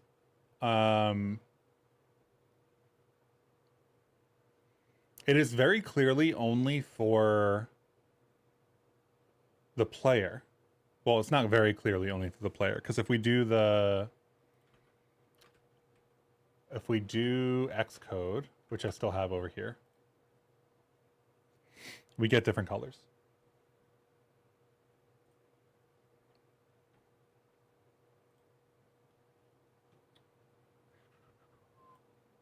So if we have this and we go, let's say, I don't know, stand next to this box probably. Go debug, we go capture GPU workloads, go down to the transparent pass, we go through all this, maximize this again. Then you can see here that the color is very different. So it's got to be like a tone mapping kind of thing, right? Like this is just red. It's supposed to just be red. It's not in our actual game.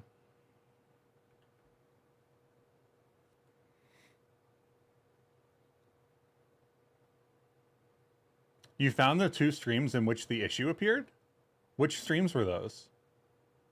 I could probably use that to debug what happened. I just didn't remember which when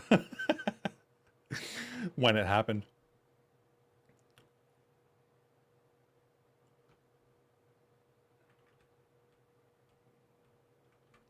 But yeah, it's very clear that the way this is rendering at the end of the day is very different than the colors we actually have in our setting. Right? Like, look at how saturated that orange is.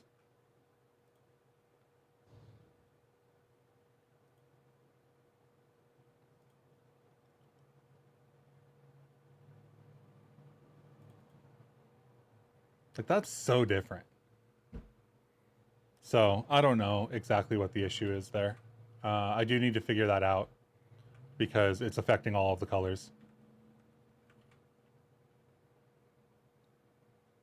So I have an issue with pre-multiplying alpha. thinking.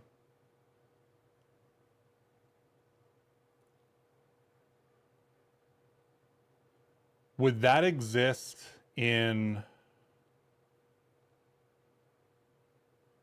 Yeah, so I do think it's somewhat related to the way that I'm constructing the PNGs. So I don't think I have the individual images anymore. But we could do that as a test, actually, now that I think about it. Let's do that as a test. I have a folder here somewhere.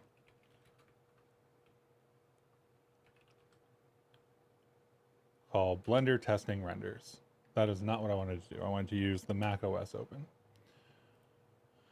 And it has these, which I can grab one of these. I can throw it in the assets. I'm going to rename this to Druid Test. We can go to lib. Lib will have our Druid stuff. Hub Druid Test will be handle to an image. And this will be an asset. Path equals, what is it? Just Druid Test, right? It was just in the root.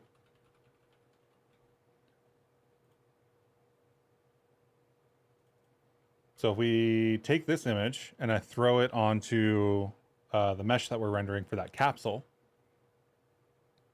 right? Capsule 2D. Right now we're doing a color material.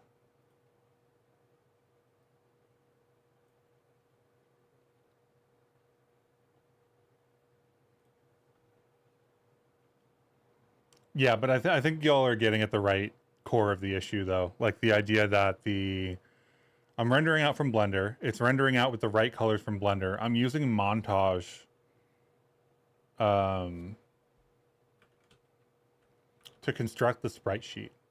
I think the sprite sheet is also correct, though.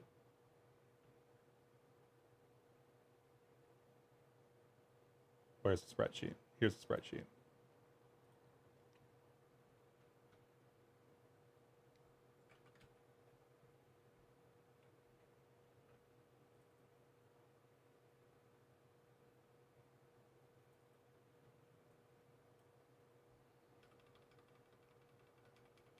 So if I zoom in 50 bajillion times, I think the colors here are correct.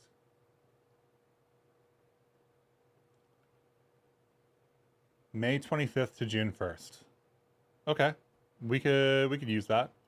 So I think the colors here are correct in the sprite sheet. So what did I do between the 25th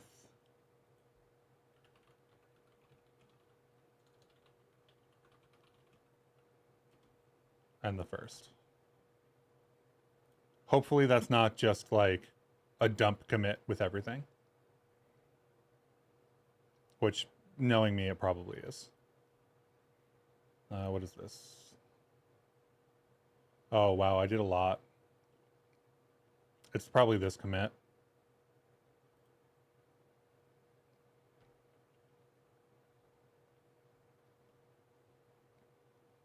Angles. Yep. Process loaded maps. Yep. Iter tools. Angles. This is the animation stuff. The other thing that it's not a 0.14 issue because this was happening in 0.13 as well. This is kinematic collision stuff. Lib. Druid image doesn't change.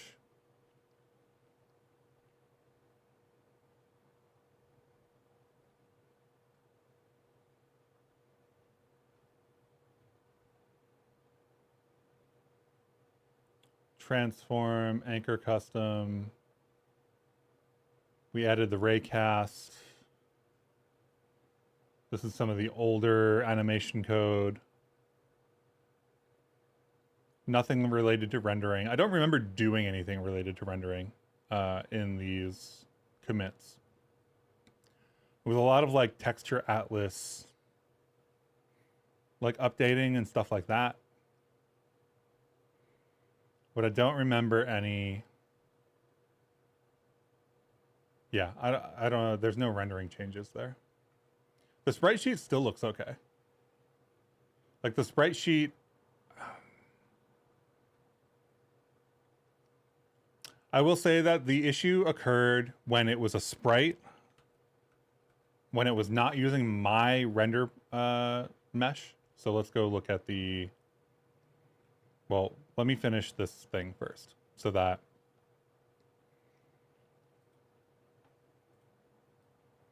okay, this is Material Mesh 2D plugin. Let's do a sprite bundle very quickly. So if I fill the struct fields here, the texture is going to be druidtest.clone. So I want to make sure that this is using, you know, quote unquote, Bevy's stuff.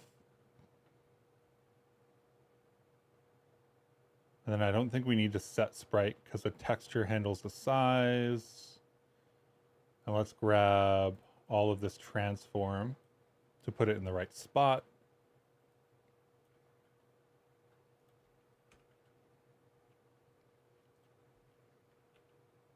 And let's run. There was something else I was going to do before I ran it, but I can't remember what that was because I didn't write it down.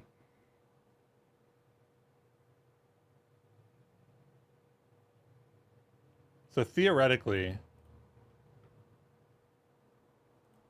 we should see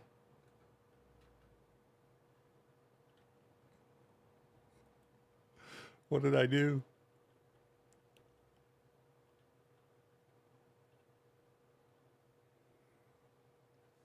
That looks like it's the correct color though.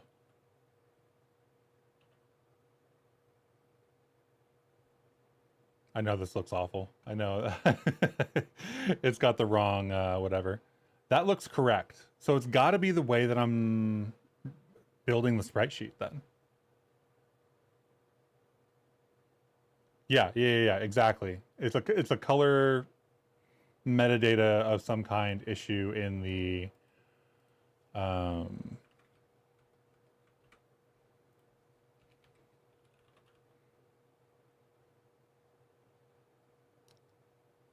so what we're using there is montage.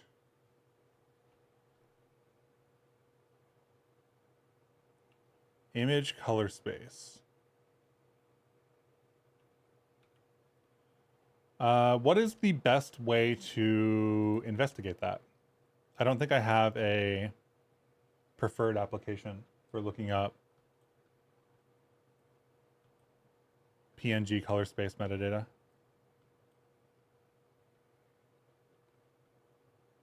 Because the I don't think the Mac OS Finder gives us enough information. This just says RGB. Alpha channel, yes. I don't think that's enough information.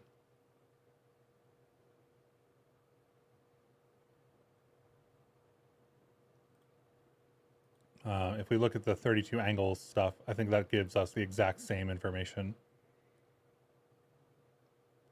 PNG, RGB, alpha channel, yes. So how do I investigate the metadata of a PNG?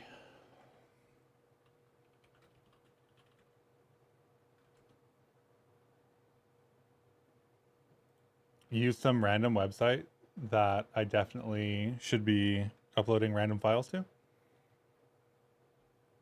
That's how that works, right? Just get the first site and just drag stuff onto it. Let's start with the smaller one of the two. Can I just drag on? Oh. View metadata. Don't log in.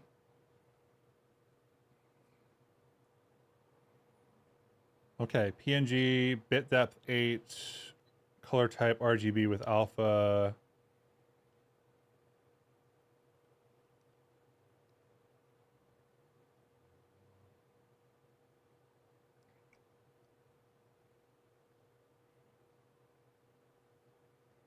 Oh, the frame information gets baked into this? That's sick.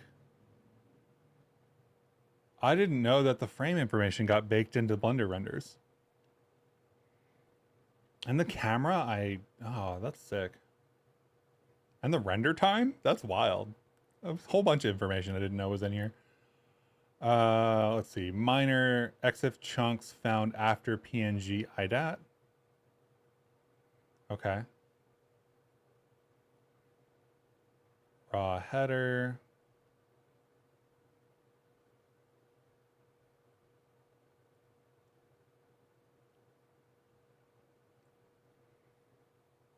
Let's just see what the other one says.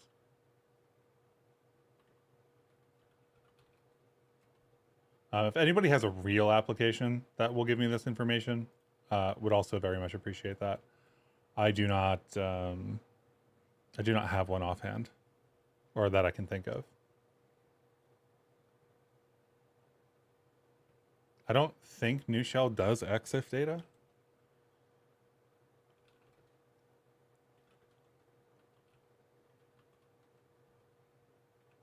Yeah.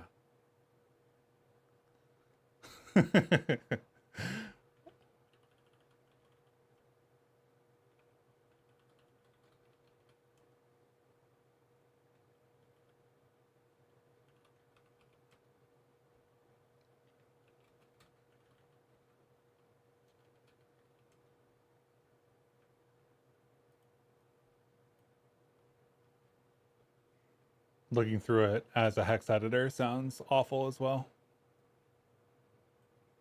EXIF info. See if I have it. Nope. Brew search EXIF info.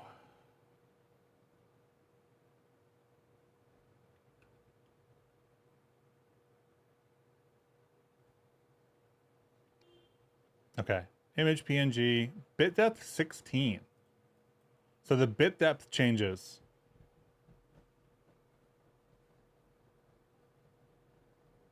Interesting.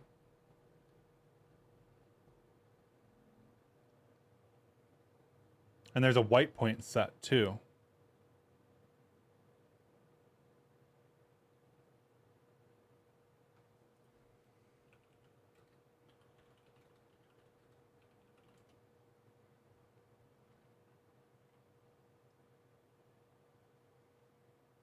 That's not what I want. Literally none of this. I guess we'll read libpng. White point.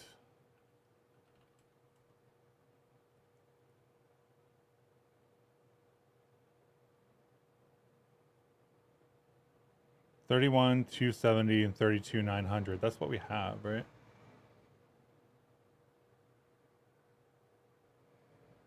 $31.27 and $32.90. Yeah.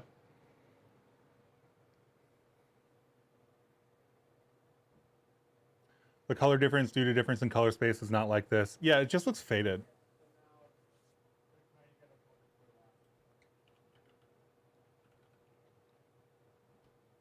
You may be right about EXIF info. I did the bare minimum trying to find that. EXIF data viewer, EXIF info, CLI. EXIF tool maybe?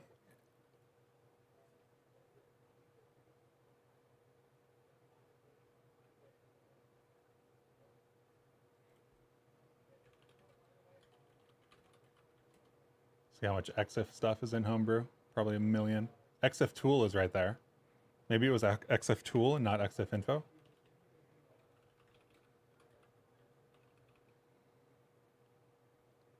See if, oh no, it's gonna auto update. Urgh. Well, rip me. Well, we'll just wait for Homebrew to finish. Oh, did it finish already? Sick. EXIF tool, assets, Druid test. Okay, that'll be better. Let's stick with that.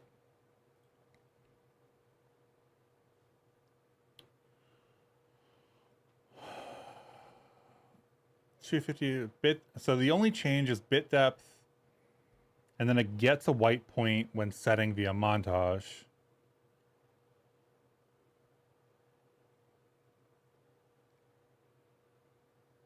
Let us see your camera spawn code. I can totally do that. What are you interested in about the camera spawn code? Because it's pretty standard, if I'm being honest.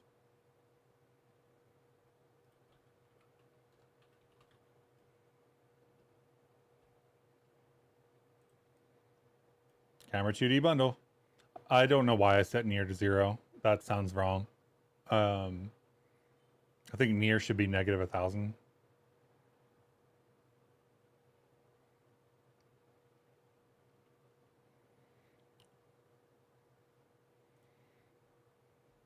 You think it's HDR? I don't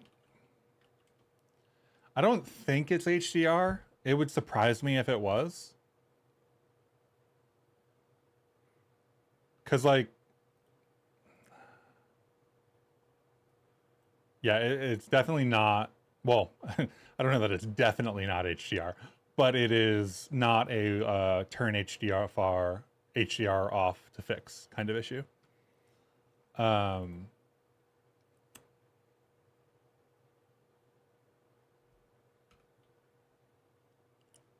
I'm going to leave that on because I want to do bloom later, and we need HDR for bloom.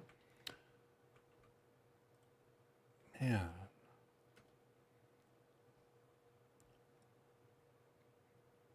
So we're left with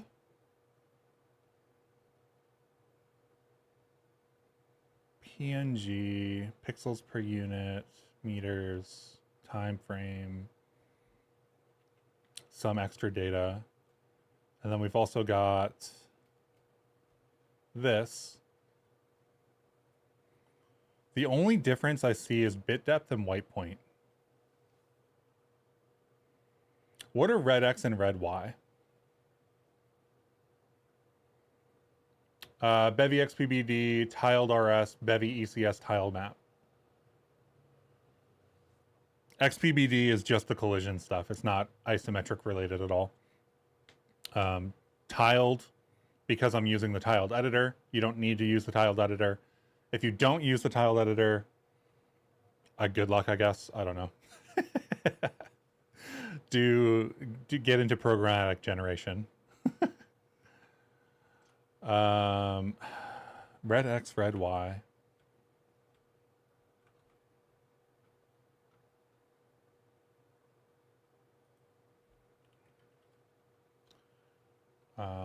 Montage CLI.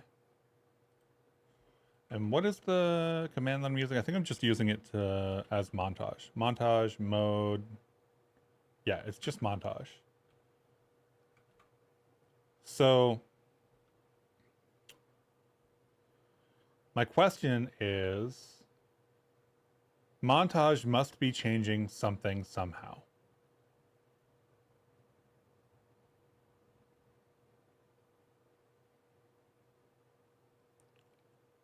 Channels, coalesce. There is a color space. I don't think that's what we want.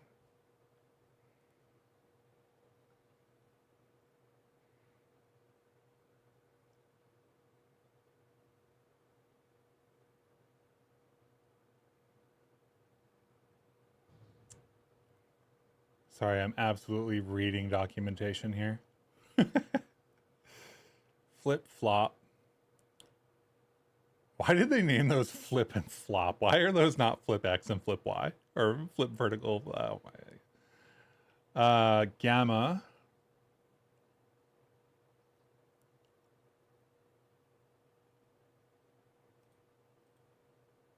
I don't know that we need to mess with gamma, but we could.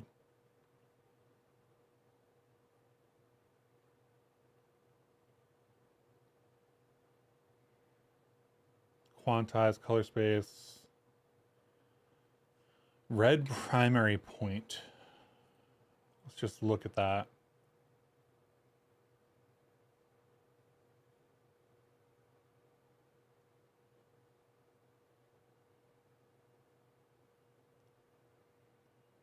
tile transform version. I think those are these seem to be the only three.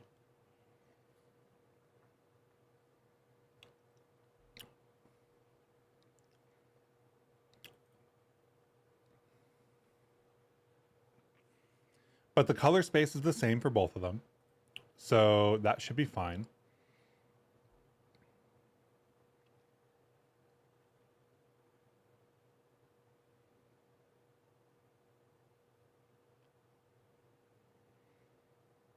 I don't feel like I should need to do gamma correction unless we've messed something up. And then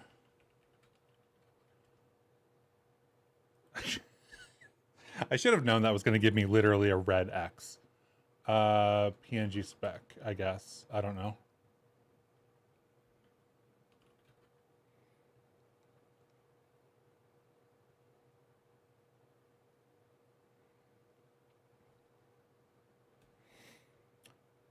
This chunk may be used to display red, green, and blue primaries used in the image and the reference white point.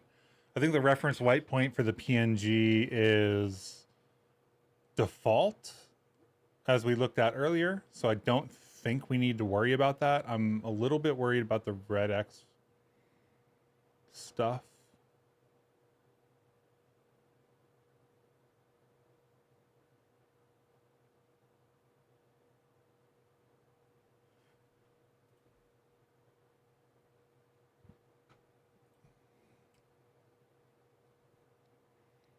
Let's see, 64 and 33.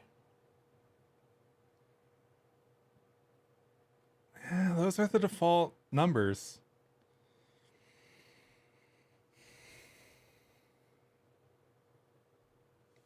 Let's see, filter adaptive, non-interlay, blah, blah, blah. I don't know. The only real difference I can see is bit depth.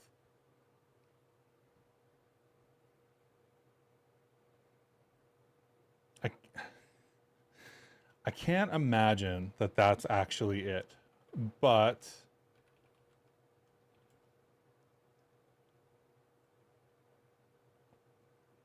let's can we set the bit depth?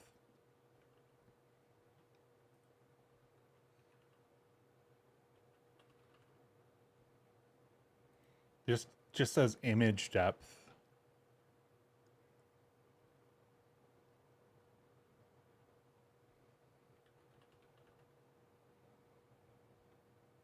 Color depth is the number of bits per channel for each pixel.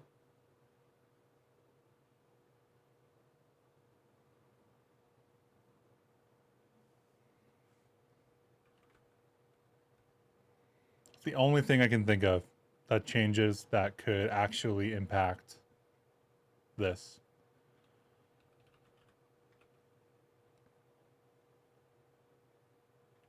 That's the ball. This is the Druid sheet.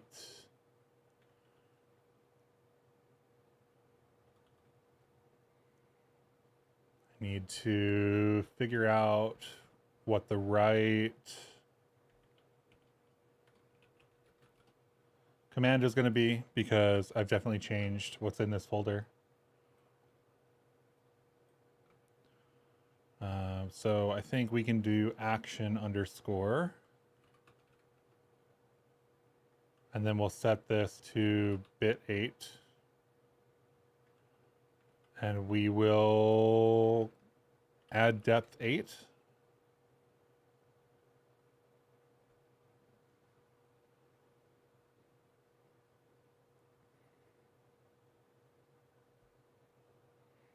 Wait, that PNG is 110 megabytes? Yes. That PNG is 71 by 72, 128 by 128 pixels. So it's like a 9K by 9K texture at the end of the day. And it is completely unoptimized because I haven't run it through any optimization. So it's just massive. And it's kind of massive for no real reason, I think. I think I could get that down. No, did it name the file 8?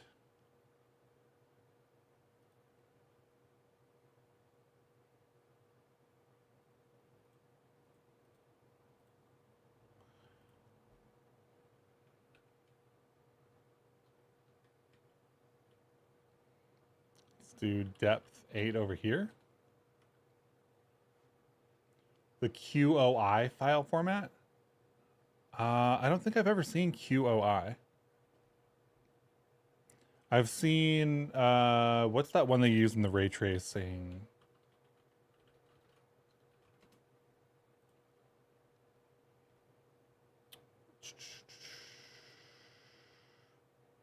PPM.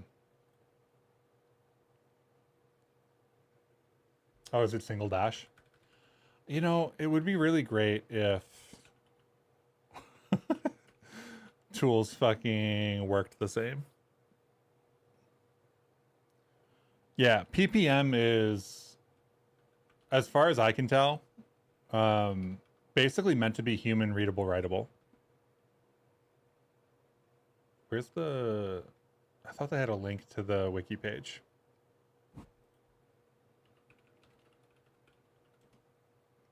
The Wikipedia page has a significant... Oh.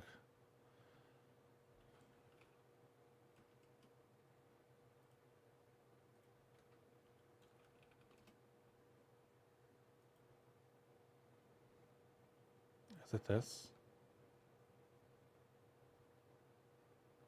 Yes, this is it. It's net PBM. So PPM is this.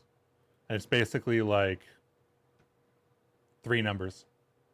Or at least it warned you about an invalid option. It did technically warn me. Well, yeah. It warned me when it failed.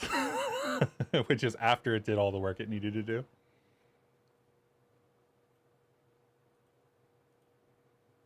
Okay, so hilariously, speaking of file sizes, that cut it down from 110 to 44. Still RGB. Let's take this and let's throw it into our assets.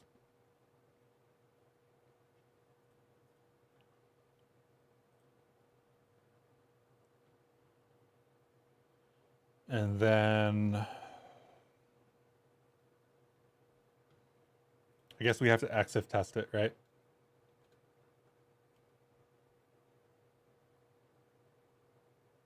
Bit depth 8. And then we have to update our lib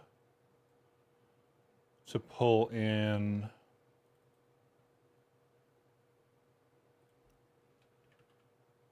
bit 8. And then we can run. If this is the answer, I don't know what to say.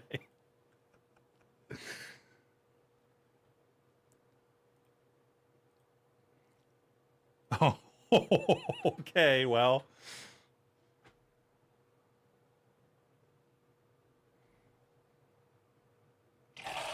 Montage apparently wasn't smart enough to realize that this was bit depth 8 and forward that information. I don't know what to tell y'all. I'm man.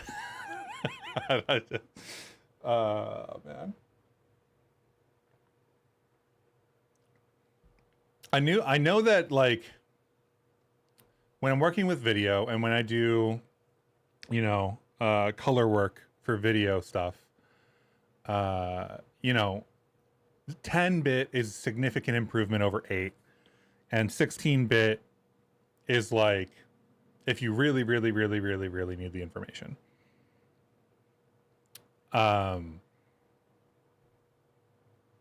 But 16 should be a superset of 8. I wonder what it was doing there. Anyway. Ta-da. I guess I write that down in my documentation.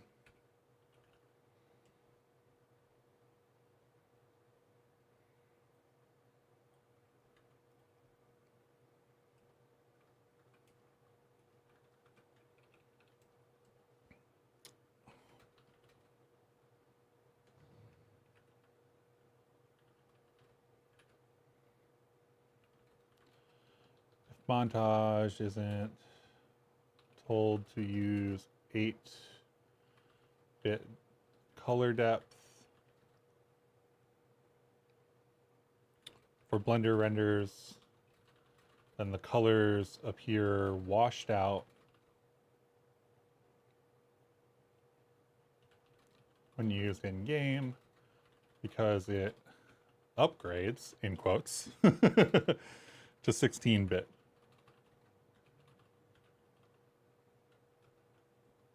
IDK. Well, at least I know what was going on then. I'm very happy to have that color back.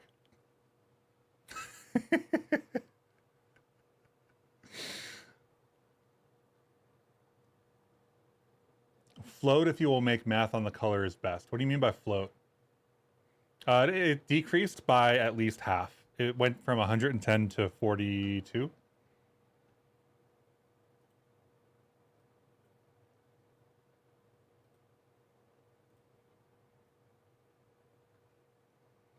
See, 8-bit, officially 44.3. 16-bit, officially 110. Both without any optimization. There's no optimization going on here. So I don't know what it would look like for each of them.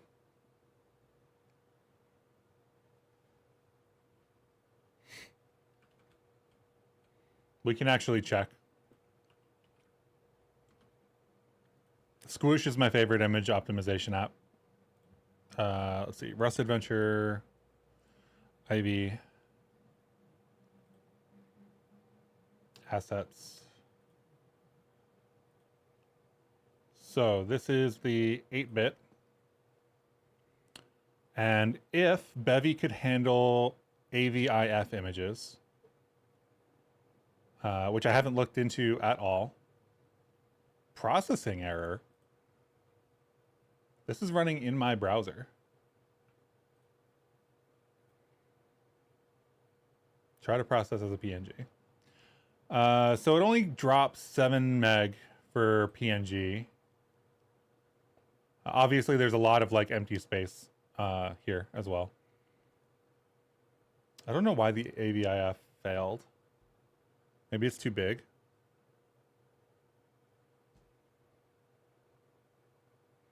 But the AV1 image encoding is significantly better than PNG.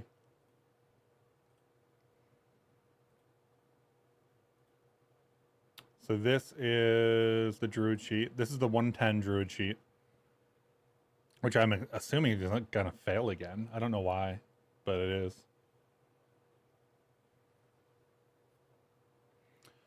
By float, you mean 32-bit per channel, but not in quantized integers. Less loss due to rounding when making math exports.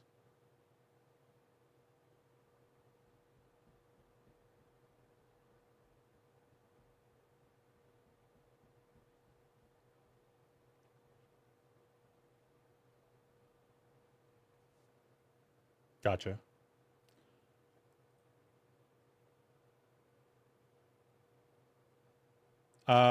So optimizing the 110 version also brings it down to 35.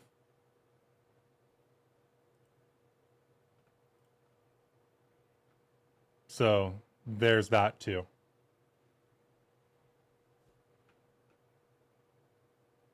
Actually, if we download this, Druid Sheet 32 angles and downloads. Let's, because I'm curious.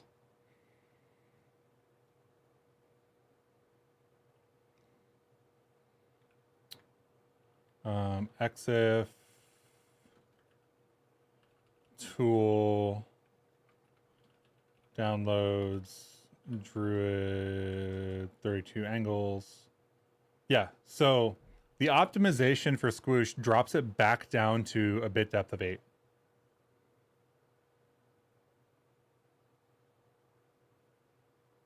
Which is interesting.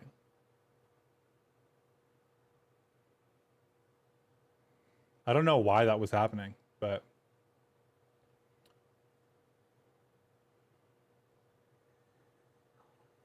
That site has QOI as an option. Oh, I didn't look at QOI.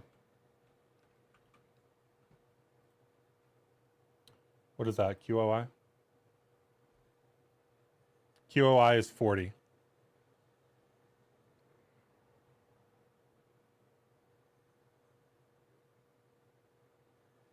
I think Bevy supports EXR, doesn't it?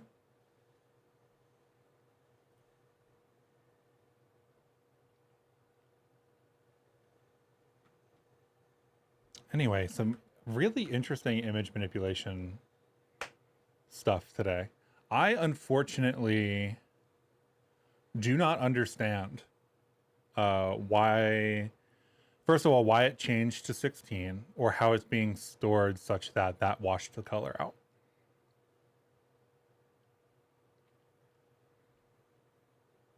If the image scrape does, Bevy probably does. Yeah, that's true.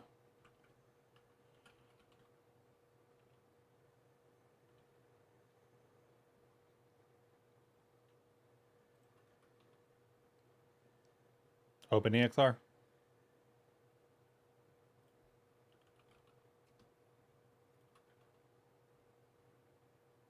Open EXR. Could this game run on a 32-bit computer? I don't know the answer to that. Probably. If it compiled for one. Does Rust compile to 32-bit computers? It has to, right? Because microcontrollers and stuff.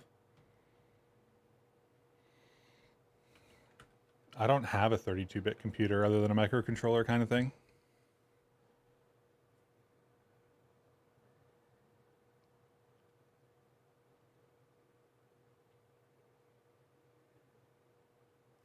Okay, so notably important, use 8-bit.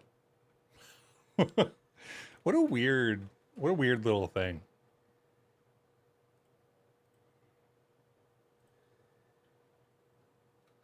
That looks so much better though.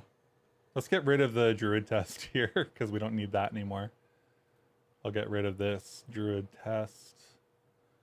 And then in main, we'll get rid of the Druid test from the Sprite bundle here. Turn this back into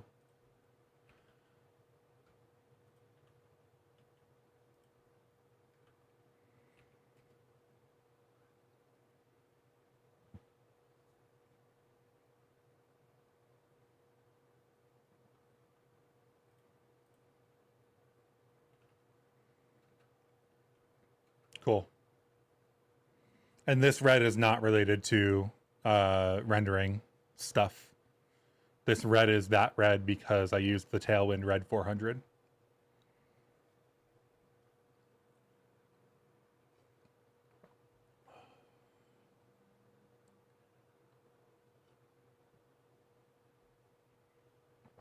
All right. That was a nice little side quest.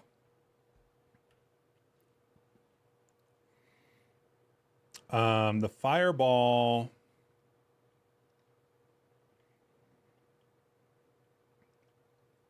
needs to have its collider moved.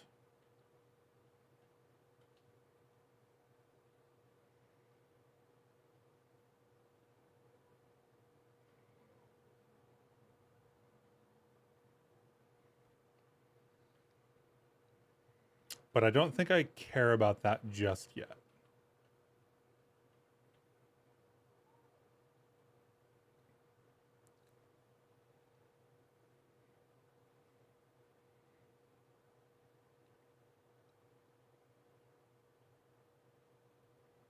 There's a little glitch there.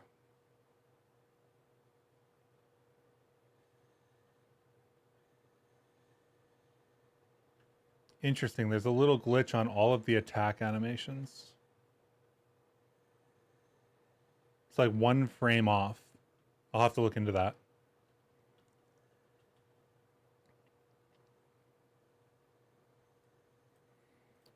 Okay, so I think that the primary attack is probably not going to be a cast, but casting is all we have at the moment.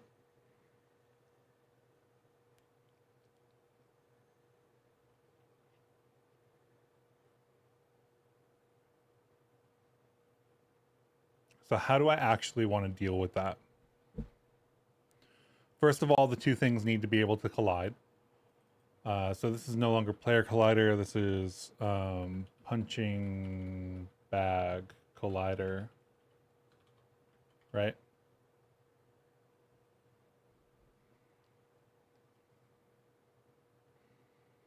We may end up having to get into some relational stuff just because of the way that I'm setting up all these like child colliders, but haven't had to so far.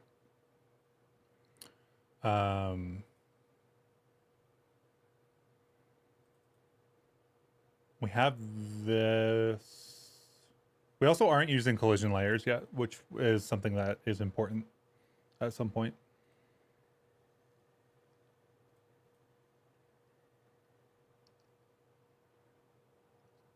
Let's label this then.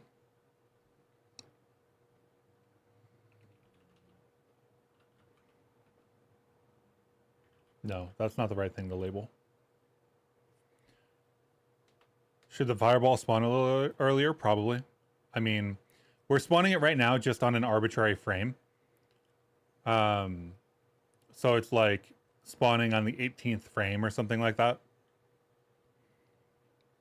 That is not necessarily how this is going to work in the future.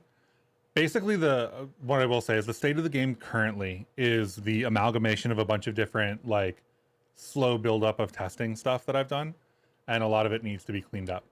So, for example, this is not the player character that we're going to have for the final game. I'm going to go build something in Blender, rig it up, render it out, and then we're going to have a different player character. The tiles that you see in here, one of the reasons that I've been, where is this?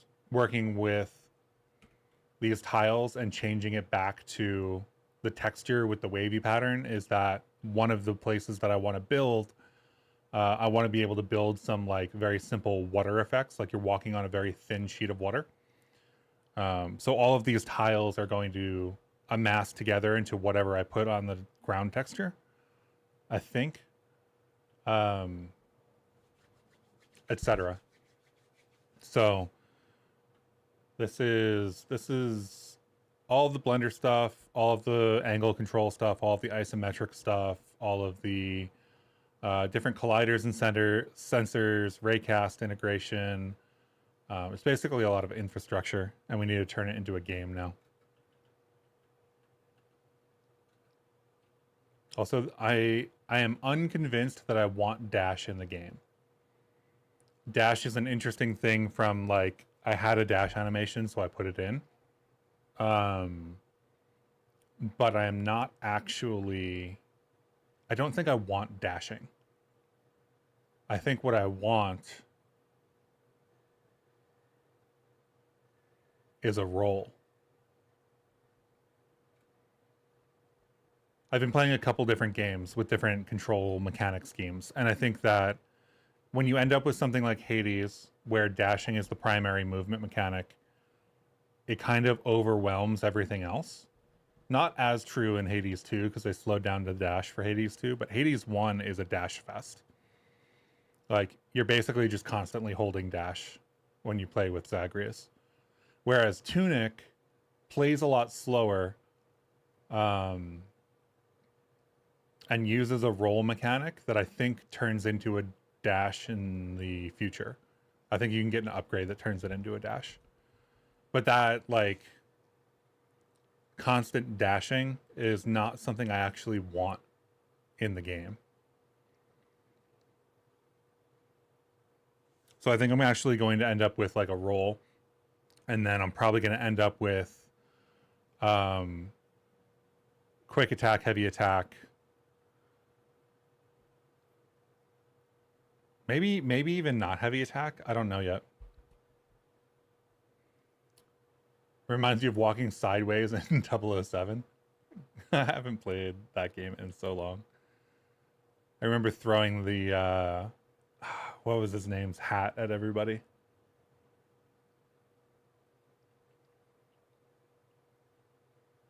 Crafty Survivors has a character whose dash is a major attack mechanic. Crafty Survivors.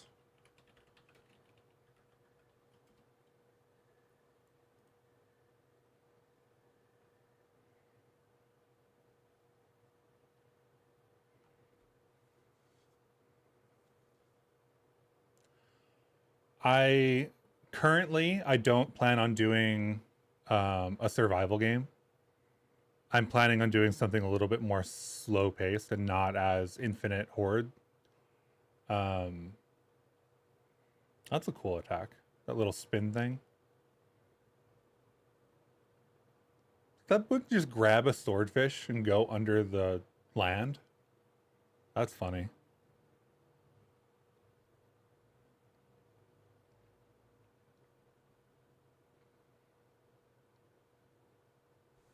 I like the little level selector they've got going on there. Odd job, yeah. Actually, so where's the floors? This is the bottom floors.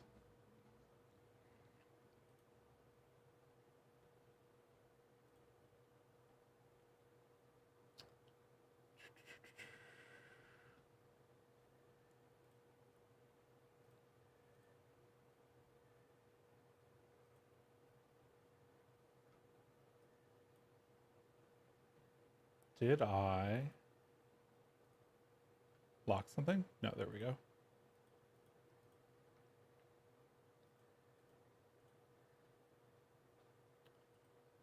Let's open file or project. I don't remember if I've moved the map test file. Sometimes Tile just decides to lock me out of being able to edit anything. And I don't really know why. Oh, I'm outside of the bounds of the level here, aren't I? Okay. Let's remove one of these tiles then. I think that would be more interesting.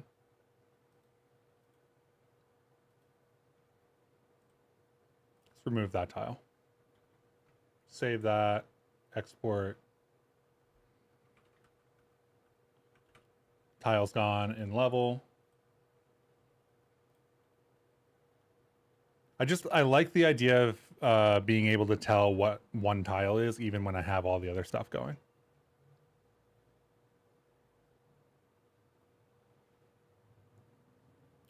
For Echoes of Wisdom, is that the new Zelda game where you play as Zelda, the main character of the series?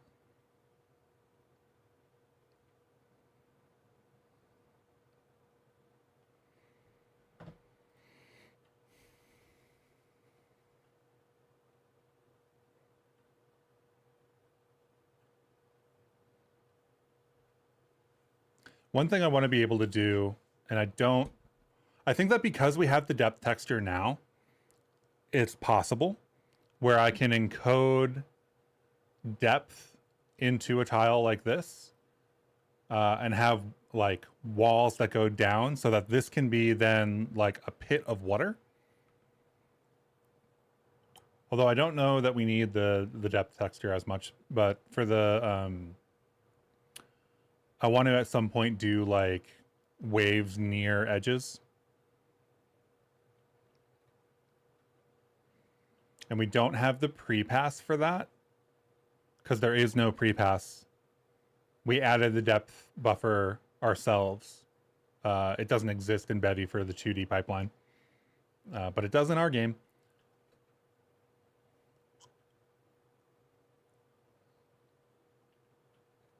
Okay, so Fireball should be able to hit that collider. Those two things should hit. And they are not currently hitting, and we need to figure out why.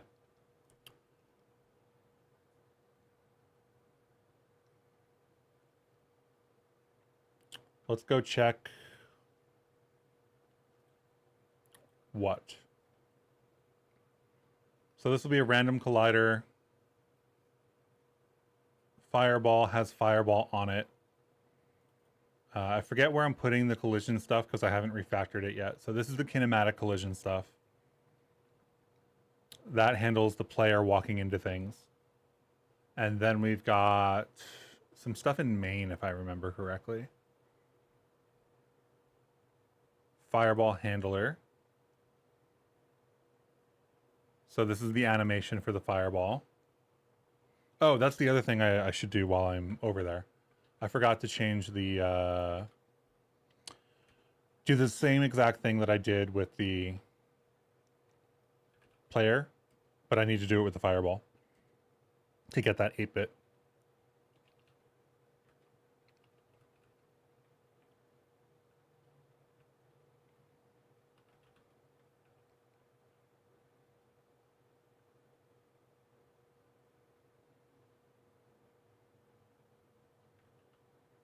And then depth 8.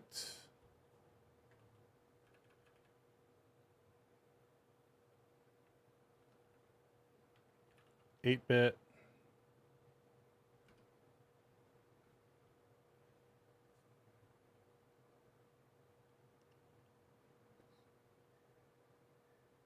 At least then it won't look extremely washed out. It's still not like production quality artwork. It's just I wanted to render something like a second thing out of Blender.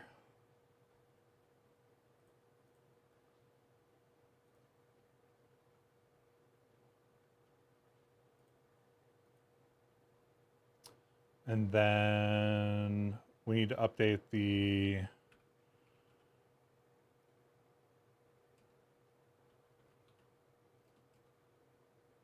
I think I called it energy ball. Yeah. I need energy ball blue sheet, 8-bit. Let's get rid of this stuff. Should be able to run this now. Fireball should be a little bit darker.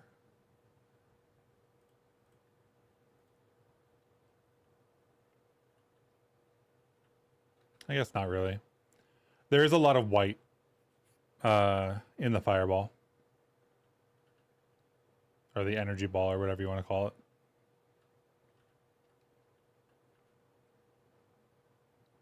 Okay, so why are these not colliding is basically the issue that we need to solve. Let's get rid of all of these tabs.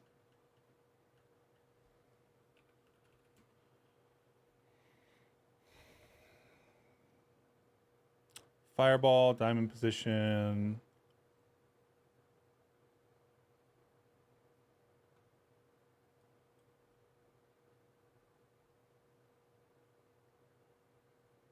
Attack event handler. Spawning our sprite with a collider.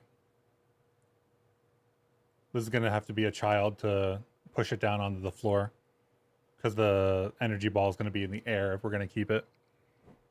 Attack direction frame. Later, Sean. See you tomorrow in yours.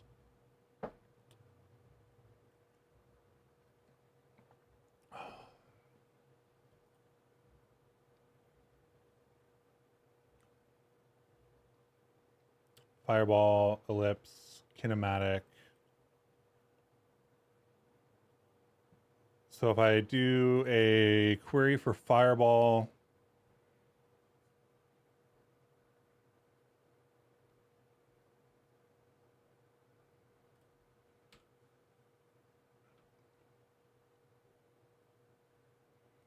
let's do, I don't know, FN, fireball, collision.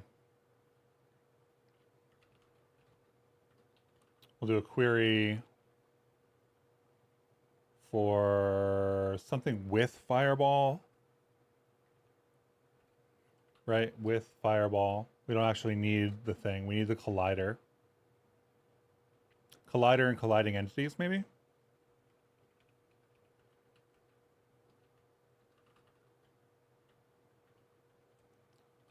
So what's wrong with colliding entities?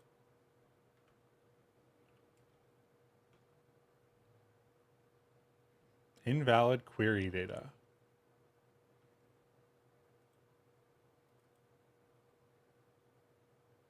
Query data is not implemented for Fireball.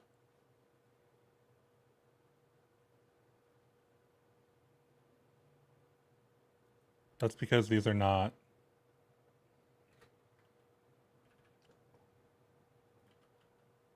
supposed to be in a tuple. For Fireball in query, These can be a shared reference. Spell things correctly.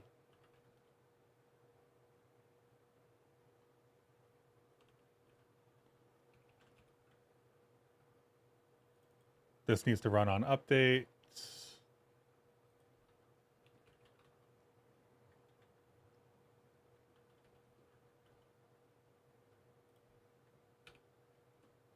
So that should run, and it should debug when the fireball hits things. We also aren't despawning the fireball yet at all.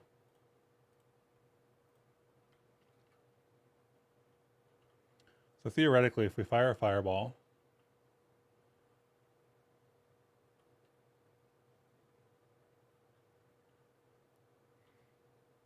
I guess we should have had it only debug if it's actively hitting stuff. If fireball dot is empty, we'll call it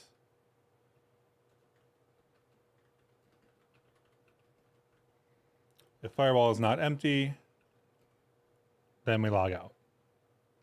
I think it's working. I just there's too many empty logs.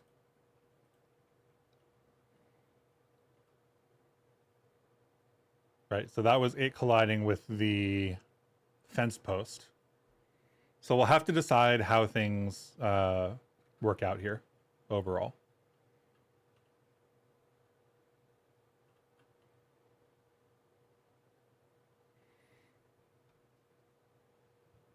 So this gives us an entity. We probably want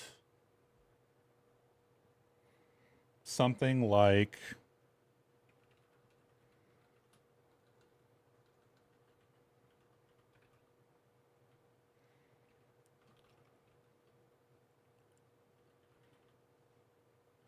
this is so not what we are going to have in the long run. But we'll have like a damageable struct.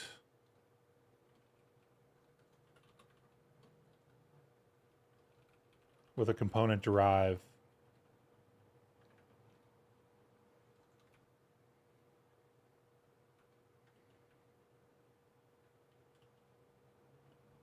And then this needs to go on anything that we can hit.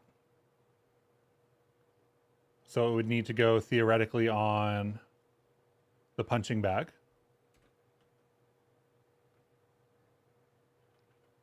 I guess it really needs to go on the punching bag collider, right? And then we'll fix that later.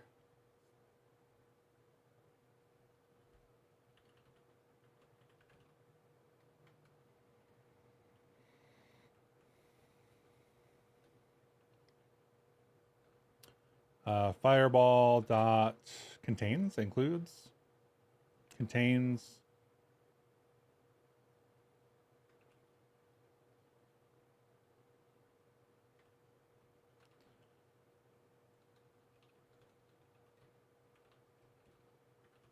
for hidden query damageables. Collision layers, yes, we can definitely do collision layers. I'm probably not going to do collision layers right now because I think I want to tie collision layers to something, and I need to do a little bit of thought for that.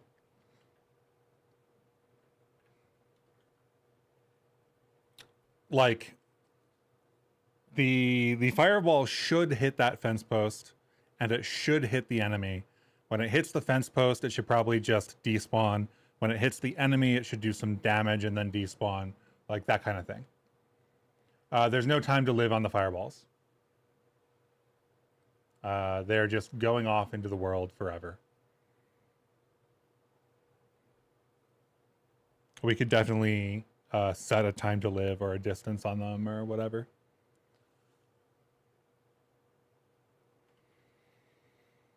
If fireball contains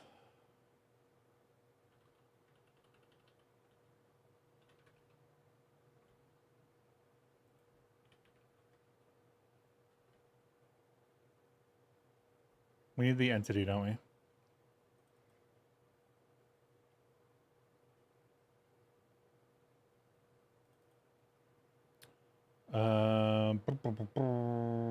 Entity.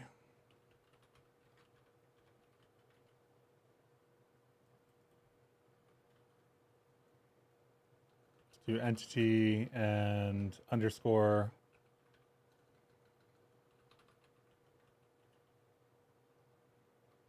We'll do if fireball contains entity, debug, hit.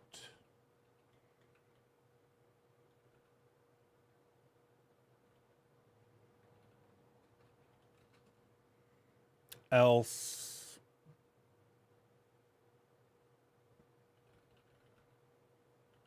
what? Commands dot entity, the entity that is the fireball. I guess we want the fireball entity here.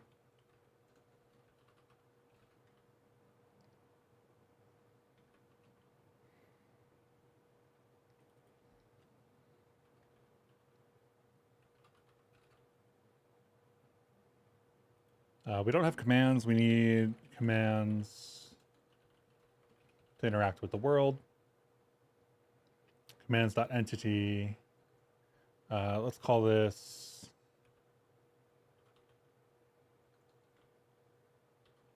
entity fireball. Entity fireball. Dot despawn recursive. We actually need the parent of the fireball, I think. Now that I'm thinking about it. Fireball is on the parent, collider is on the child. Well, the fireball and the collider are the same. I think that actually works.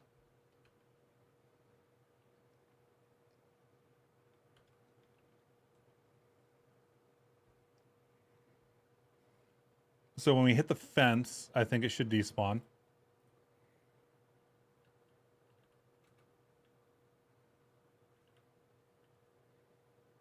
Which it does. Sweet. And then when we hit the enemy,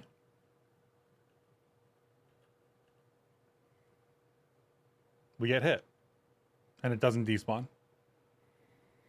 So we are successfully firing fireballs that can react to different entities in different ways.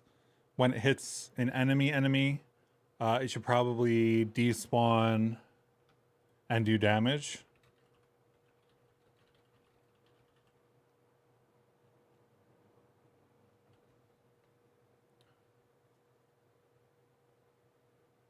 You say we'll probably also despawn on hitting the button. Yes. Well, it may or may not. Yes, it does. So let's do with fireball without sensor.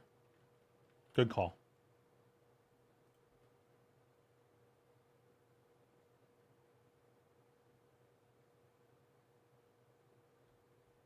Well, that's not what I want, actually. It's not the right place for the sensor. Query damageable. Hang on. If fireball contains entity, right? Let's make this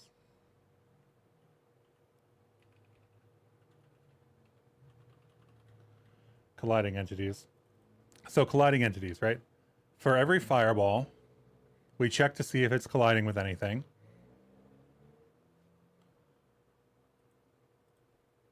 Let's do this instead.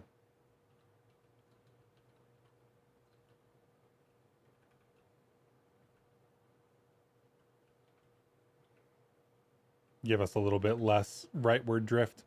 If it's not colliding with anything, or if it is empty, rather, we continue for the next loop. Otherwise, we have a fireball, and we iterate over anything that's damageable.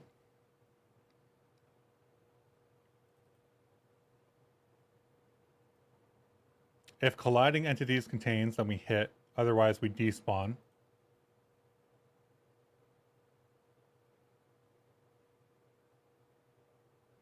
That's interesting. It's not going to be a simple query addition in that case.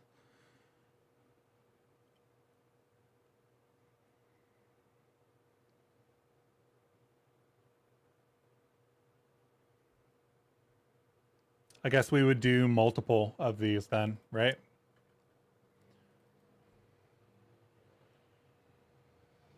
This is entity.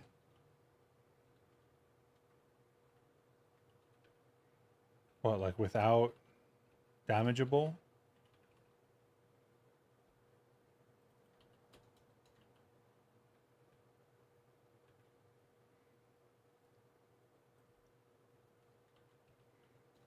without sensor.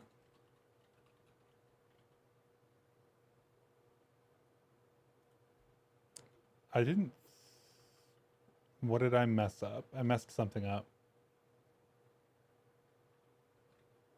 There we go. Query environmentals, I guess. I don't know what to call those. I've already misspelled my own. So query environmentals, right?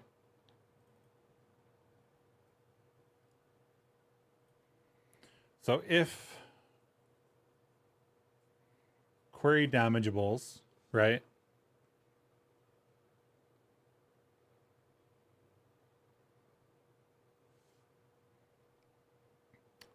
Query damageables dot contains what? What do you mean query damageables dot contains? You mean loop over everything that's being collided with instead of querying, looping over everything that's damageable? That makes sense.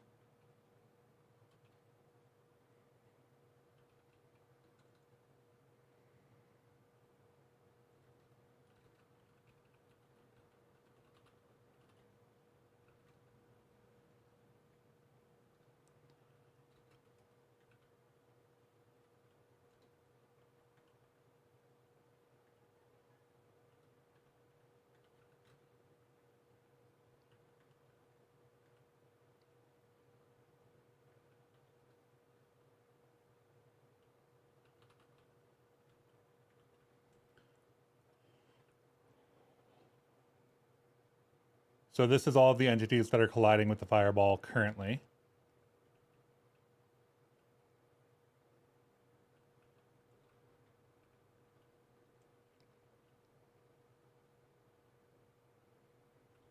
And then if query damageables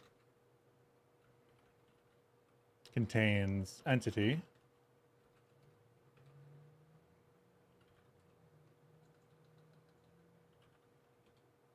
do damage.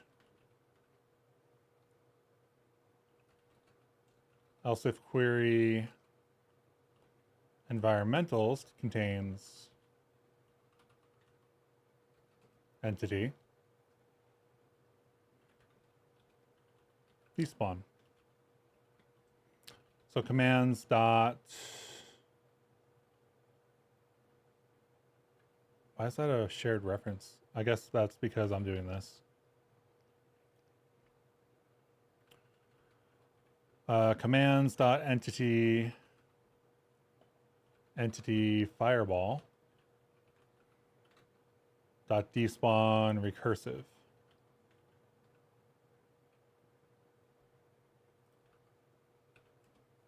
And there's an issue with the iteration. So I need to do what dot iter? Because otherwise it does into iter by default. Which means that these are shared references again and I need to dereference them. So I end up with the same problem. Do damage. I think both of these should continue after they do their work, right?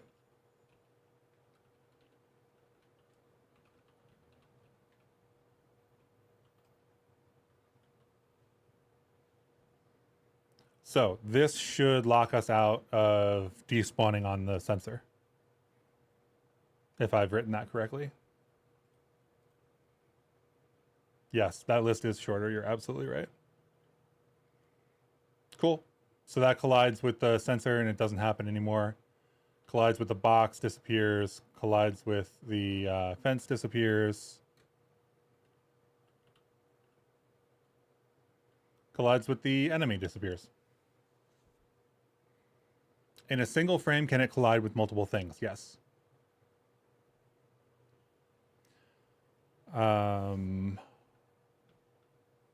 Actually, that's a good comment because this is not meant to be to do break out of colliding. Well, I don't know what I want to do about that, but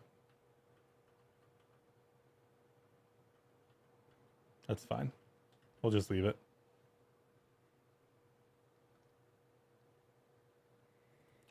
But yeah, it could theoretically collide with multiple things in a single frame. That's why colliding entities is a map. Then despawn would be called multiple times. Yeah, but that's fine. I mean, if despawn gets called multiple times, it actually doesn't matter. The application won't crash. Like it's not ideal. Don't get me wrong, but it's actually not going to crash our application, and it's just going to throw a warning. So it is not the way that I should leave it long term, but it's also not an issue.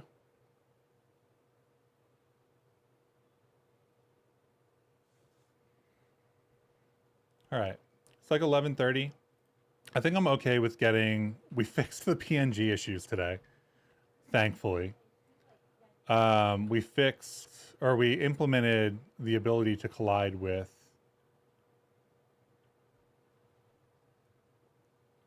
enemies and boxes and players for attacks.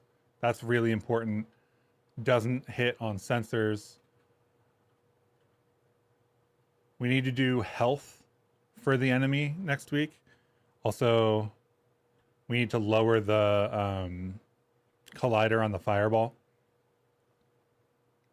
to the ground, the isometric projection. But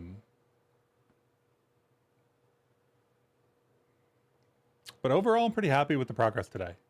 Fixing that color issue is huge for me because I really didn't understand what was happening there. The depth texture stuff is basically done, as we covered earlier in the stream. It does need to be, like modified a little bit more, but it's more or less done, which I'm very happy about because that means I can actually start making some art.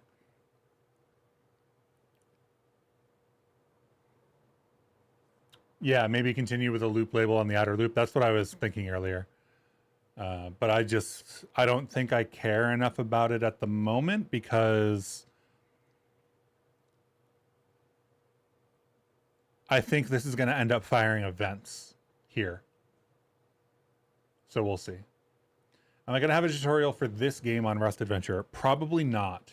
Actually, I can guarantee you that I will not. Because specifically this game requires changes to the way that Bevy works and changes to the way that Bevy ECS tile map works. So I have commits and I've vendored those two dependencies, which you can see over here. And they have changes that are not like available to people, right? So if I was going to put this on Rust Adventure, it would be to teach about the depth map probably. And I think there's better ways. I already have other depth texture stuff in the works. Like I have a depth texture example using WGPU. There is depth texture material to do inside of Bevy in the 3D pipeline, which is much easier to work with and already exists. So there's the depth pre-pass in the 3D pipeline as well. I don't think that this would make a good workshop. I think it's interesting, especially from a YouTube video perspective. I'm going to start making some devlogs, I guess, more or less, going over like the different features of the application and how it works. And I think it works well for that, and it doesn't work well as a teaching resource. So, but I'm pretty happy with where we got today. Thanks for hanging out, everyone. I think that's going to be it for the stream for today. It's been, I think, like almost 4 hours, 3.5 hours. So it's about my stream time for the day. Is it easy to upgrade from 0.13 to 0.14? The migration guide seems overwhelming. I would say that if you wait for the 0.14 release, it will be significantly easier. If you do it right now, then you'll have to deal with the release candidate and potentially some Git branch dependencies. So I will say that the upgrade from 13 to 14, when it is the stable release, will probably be fine. I know the migration guide will seem overwhelming, but I'll make some videos when the actual stable release comes out too. And we'll cover the release, we'll cover the new features, we'll cover migration and stuff like that. But at the end of the day, it really depends on what your game does. If you are digging at the internals, you'll have more of an issue upgrading to 0.14. If you are not digging at the internals, you probably have less to do. Sorry if it's not related to what you're talking about. The player character looks very cute. Well, thank you. It is not my character. It is part of an itch pack from this. Yeah, this. This comes as 3D models, and I needed something because this is a 2D game. I needed something to throw into Blender that was already rigged with animations so that I could build a Blender render to sprite sheet pipeline and then get it into the game and work with it on controls level. So I'm actually going to throw this away and build my own character. But it is very cute. These are very cool. They're very solid for like little demo stuff. I don't love all the animations and stuff, but they are very, like, if you just need to drop something in for testing, worth it. But yeah, one of the reasons that the game that I'm working on right now isn't open source is because I don't want to redistribute some of the stuff that I'm using. But yeah, that's it for the stream. Thanks everyone for showing up. I will see you next Saturday morning, as usual. Have a great rest of your day.